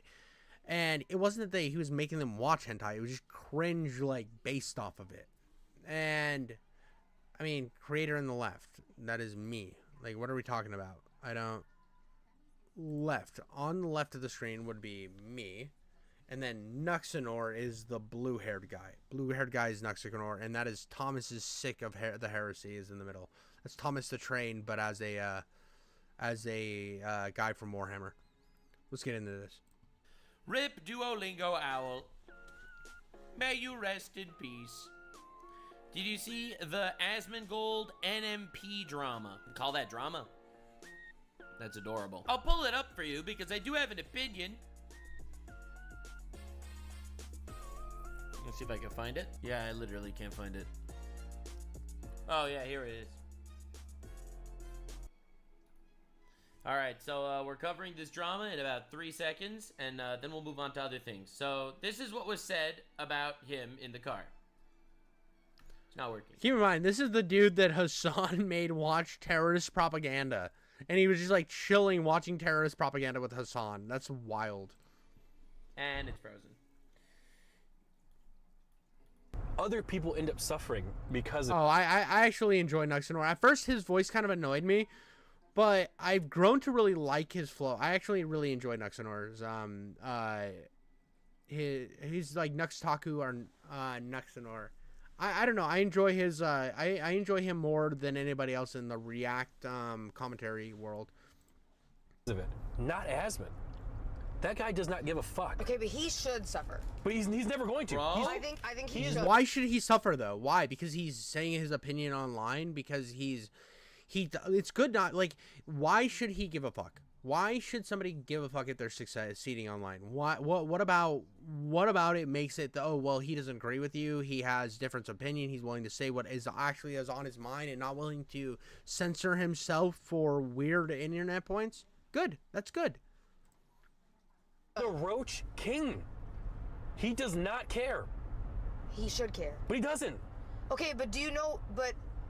And people think we haven't told him not to say some things in the past. He doesn't give a fuck. Okay, but do you know what you're missing in wording about that though is that if he doesn't care, then I think that a different conversation needs to be had with his actions. Do you know what I mean? Because he's being so out of pocket. What conversation? You know. How can you stop him? Yeah, dude, how are you going to stop somebody that's actually who doesn't give a fuck, who's willing to say their opinion, who isn't willing to just, like, fucking lay down? And that's what they want. They want everybody to lay down and just echo their opinions and echo their sentiments. That's why, like, he had such a fucking, like, calm reaction to being forced to watch terrorist propaganda on stream with Hassan, is because he is scared. He's beholden to all these audiences. This is something I never want to be. I never want to be beholden to a bunch of fucking gooners online. As much as I love my audience and I love the people who watch my videos and I love the people who show up and react to my comment and subscribe and do all that stuff, I love you all, but I'm not going to change my opinions for you guys. Ever. You're never going to get me to do that. No, I might look into things. I might find out more about a situation, and my perspective might change organically. But I'm not going to just be like, "Oh, I'm noticing that the audience has a different take, so I'm going to change it." That's not going to happen. I don't want to be beholden. These guys are audience trapped. These two are audience trapped, and they're scared that what they have is going to go away. I think there's one person that can stop Asmongold. And it's him. No, it's Twitch. Oh. What? I think. What the fuck? So Twitch is supposed to ban him because he's having he has his own opinions. Twitch should ban Asmongold because he disagrees with the insane left-wing bias on Twitch. What the fuck are we talking about here? What are we even looking at? It's him. What? That is such a bad take. I didn't even see this clip. I was thinking of a whole ass other clip, bro. What? Like, here we go. Here's how this would work, right? Here's how this chaos would break down. And this is where we get in the nitty-gritties. This is where we take our razor blade nipple tassels out and really flap them around. So you ban Asmongold for what? For what? For having a different opinion with you? For supporting a different group than you do? That's it? Okay. Well, then you have all these other people that are insanely biased on one side, and you're not banning them. Because you agree with them. They have the right mindset. They're speaking to the right echo chamber. That's just policing thought. That is not why so if you understand, if one of the... Alright, Light Trumps, catch you later. If you come in, I hope you feel better, buddy. I didn't know you were sick, dude. I hope you feel better. Dude, what was I gonna say? There's a whiskey, honey, and tea. So take tea, make your tea, pour a little bit of whiskey, just a little bit of whiskey in it, and put a little bit of honey in it, and that whiskey will make you, that whole combination will make you feel better. It's called a hottie toddy. They're great. They're great when you're sick. But having a perspective where it's like, oh, well, somebody dissents from you, we should kick them out. You have to understand how these social media companies work and how they're able to avoid getting sued and everything. It's because of Section 230. Now, I think we've had a problem with over-policing these platforms to the point that I think they're violating the Constitution, and therefore they shouldn't get the Constitution protections that they get from Section 230. If you're going to violate the acts that's protecting you, you shouldn't have the platform to make it. That's how I feel. Ain't no way. I do feel, however, you shouldn't be able to show, like, acts of actual violence. Like, obviously. Like, those are actual crimes. What, Twitch should ban... For what? Why should Twitch ban Asmongold? But obviously if he chooses, he can... But he's not going to. I am so shocked. Yeah, Twitch will ban Asmongold. He'll just move to YouTube. We'll stream on X. Okay? What the fuck? Like, that... Yeah, he can stream on X. He can stream on Kick. He can stream on YouTube. There's so many other options. I think Twitch is kind of losing its... there's a reason I never streamed on Twitch. Because, like, here's the thing. I don't want to be beholden to one set of views and have to click up with these groups. I want to just do my fucking thing and see if it succeeds, or if it doesn't. I'm here to have fun. I'm here to enjoy this. I watch a drama. I forget about a drama. I move on. I don't want to be beholden to a weird fucking over gross censorship that is going on Twitch. I don't like it. I don't want to be a part of it. So I purposely leave myself out of it. That's gonna stop Asmongold if he gets an unjust ban. That's insanity. Anyway, everyone's upset at Asmongold because apparently he's controversial and it blows back on everyone in the entire org. But Hassan isn't controversial, and that's such a weird standard to me. The entire org is kind of getting shit whenever Asmongold does something controversial. My hot take is you could leave the org. Asmongold owns it. You don't have to be there. He doesn't have to change. There's a reason why he's the most popular, and these numbers, and it's why it's scaring these people, is because they've had a little cabal. They've had a little thought group where they all kind of circle jerked each other, and then Asmon came out and showed the normie perspective, and they don't have this chokehold over it like they used to. That's what scares them. Change his worldviews and opinions because it's offensive. This was Asmongold's. I heard a little bit about it. The thing is, like, here's the thing. I'm making content, and I have, like, multiple channels that are getting over 100 million views a month. If I spent all of my time dealing with every single person that chirped about me, that's all I would be doing. It's not important to me, like, what other people's perception is or their approval of what I'm saying is or anything like that. Fucking based. This is so fucking based. Fuck what all these people think. Here's the thing. Here's what people don't understand. You can come out and get really mad at somebody, right? And like, oh, he's this, he's an ist, he's a whatever, and just like blast him. Well, then somebody's gonna listen to him that's like, is he really that though? Let's see what his actual perspective is on it. Then they're actually gonna watch that person, and the more they watch that person, maybe they're gonna start agreeing with that person and not realizing that maybe they're not as bad as what everybody says, because now you've marketed them to the masses. This is why I'm not afraid of what any of these things can say about me. And I used to be when I first started YouTube. And that's why I stayed away from commentary for a very long time. I always wanted to do commentary. I thought it was going to be something fun where I could live stream, I could interact with an audience, I could watch some videos, I could commentate on it. I still want to play video games. I'm still going to play more video games on the channel. I mean, just the other day I played Twisted Towers, the demo for that, and I'm going to keep playing games on the channel. But I also want to just like do this type of stuff because it's fun. And at one time I was afraid. I was afraid of doing this because what if I say something that gets me blasted? Or what if I do this? And then I started realizing that like growth is hard on these platforms. And it's not that I'm out here saying stuff to get growth. I just started thinking, well, if it works, it works. If it doesn't, it doesn't. And no matter what happens, it's going to get more eyes on my channel, so maybe more people will watch my reviews, maybe that I actually put work into, and then maybe they'll enjoy those reviews. Maybe they'll find my perspectives on these type of videos more fun. It's like now I'm adding this more value to my channel, and I'm not afraid of what I say or what could be interpreted or what bullshit that might come my way, because at the end of the day, it's only going to do numbers for me. Whether you hate me or like me, the more you see me and the more I get reactions, the happier I will be, just in the fact that I enjoy this. I can tell Asmon enjoys it. And you coming in and saying, well, I hate him and we need to take him down, it's not going to do anything but make him stronger. So, like, having different perspectives, having multiple different ideas is always a good thing. It doesn't matter. I think that the main thing that I care about, the main thing I focus on is my own content. If somebody has like a legitimate criticism or something like that, I pay attention to it. But some other bullshit's just not really that important to me. I don't need to be rude back to them. Just doesn't matter. Straight up. I literally don't give a shit. Sorry to say. And, you know, like, the thing is that I see plenty of other people that are that, like, you know, they try to always fight it and argue with people, etc. The fact is that I'm doing better than ever. I'm massively fucking successful. I've had opportunities that I've never had access to, and nobody else hardly ever on Twitch, or at least even online, period, has access to opportunities like I do because of what I do.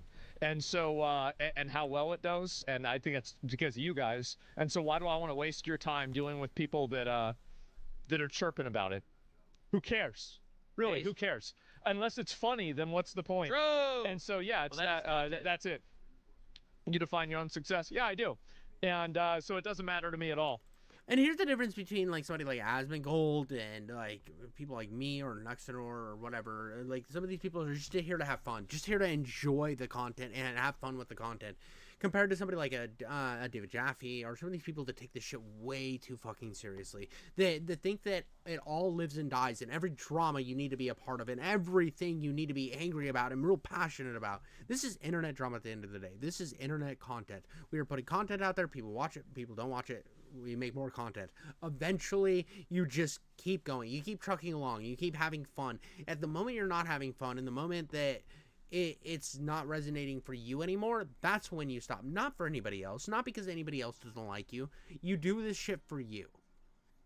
If you're not having fun, like, if I stop enjoying reacting to this shit one day, like, it's too taxing on me, it's too annoying, I'll just fucking stop doing it. Go back to 100%. My channel will go back 100% to video game reviews. But I'm enjoying this right now. I'm having fun with it. I like going down these little rabbit holes on the internet.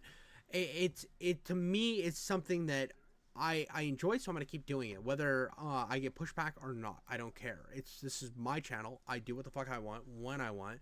If I want to do movie reviews randomly that are kind of shitty, I can do that. If I just want to do a video that's just me filming a speck of dust on the ground for 4 hours and upload it to my channel, I have every fucking right to do that. And there's nothing that anybody can do to stop me.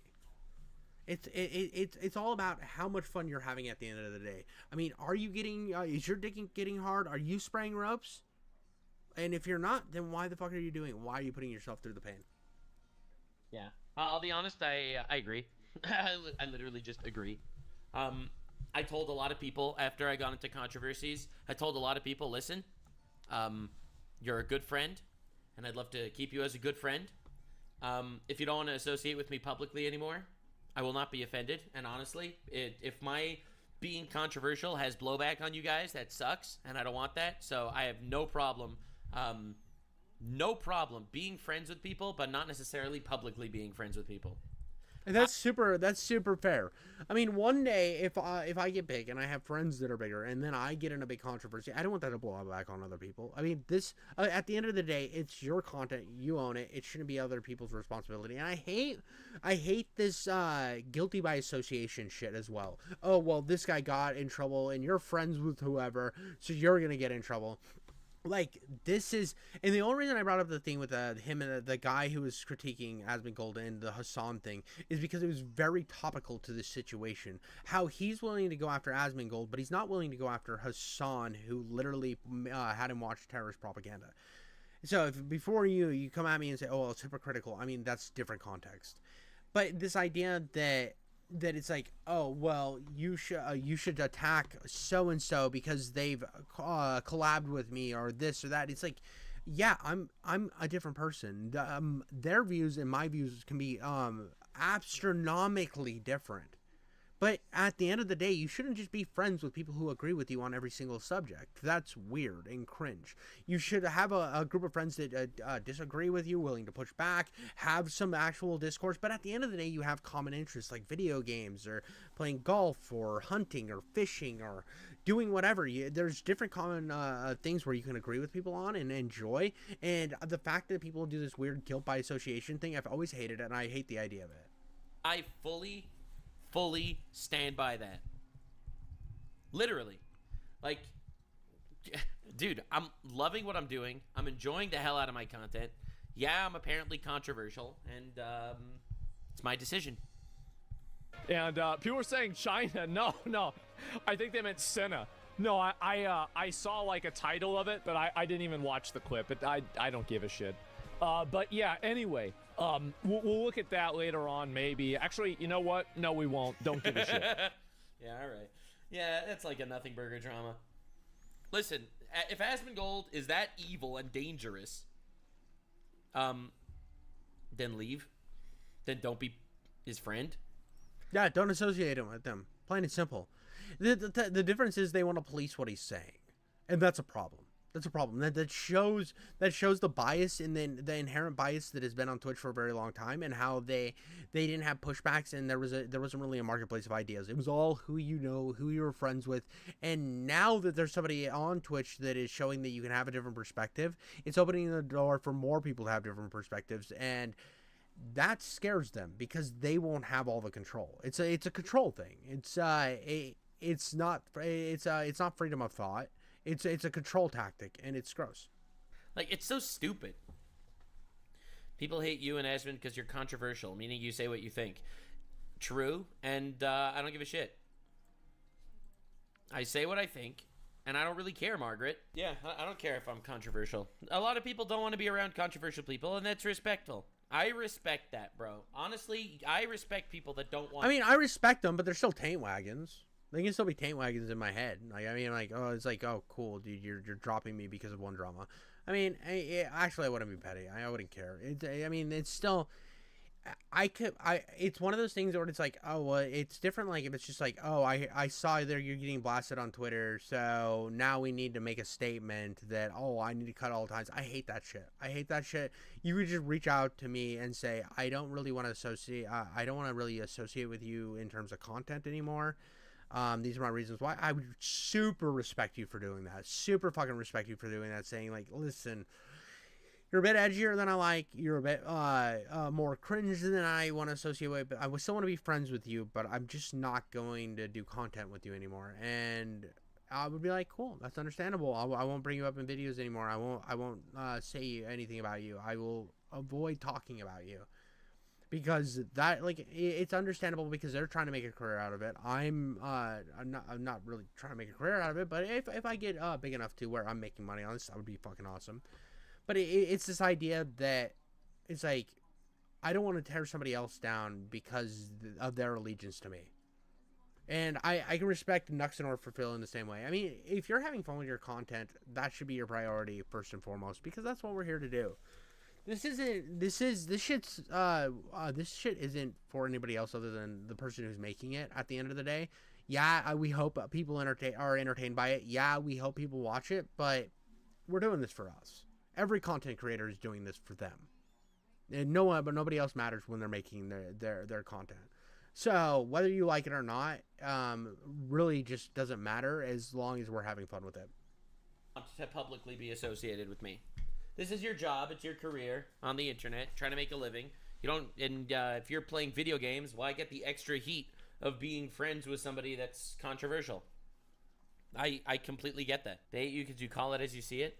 I do, and you could hate me for it, and that's valid. I don't care if people hate me for it. Wow, wow, wow, wow. Being controversial is why you have an audience. I mean, that's the type of stuff I like to do. I could have just been a gamer YouTuber. But I don't care. I love doing this. This is my favorite thing. I love saying things that people are scared to say because they're pussies. That's my favorite thing. I mean, that was all valid. That was all fucking valid. It was all valid. I respect people that are willing to just say whatever they want when they want to say it. Be who they really are. I hate this facade that people put on and this grandstanding that they do, that they need to be more virtuous than the next guy or better than the next guy. I like people to just go out there, talk their shit, have their fun, move on to the next thing. It's fun. It's fun when they do that. It's like I enjoy creators that just enjoy what they're doing. You can tell when somebody enjoys what they're doing, and then there's somebody who thinks that this is a mission to change the world and how their content is what's gonna make a change. And it's like, dude, we're fucking creators on the internet. Like, sure, your video might impact a couple people or whatever, but it's internet stuff at the end of the day. Like, we're micro. Even if you're a big person, they're like the only celebrity. I think the hard celebrities to come out of YouTube is maybe PewDiePie, Mr. Beast, because he actually has a TV show, I guess, that's successful on Amazon. But that's about it. I mean, you go to your normal person. You go to your normal person out on the streets, right? And you bring up an internet drama. They don't fucking know what you're talking about. They don't care what you're talking about. There's nothing about the entire drama that they actually give a shit about because they don't know any of these people you're talking about. Because there's 1.5 million different YouTubers with the big followings that they could be talking about, and it doesn't matter at the end of the day. Because most people just go through their day-to-day lives not giving a shit about any of the shit that's going on. And there's a lot of people who just don't care what's happening on Twitter, don't care what's happening on YouTube or Twitch or wherever. And you bring up an internet personality that I don't know who the fuck that is, even though they have like a gajillion billion followers. That's all I got on that. I thought it was pretty based. Yeah, dude, like, subscribe, comment. Let's boost me up to 1 billion gajillion subs, and I can be a micro celebrity that nobody gives a shit about. That's based. That's cool. Let's get my fucking nice ass cheeks out there. Let's do it, dude. OnlyFans up and ready. All right.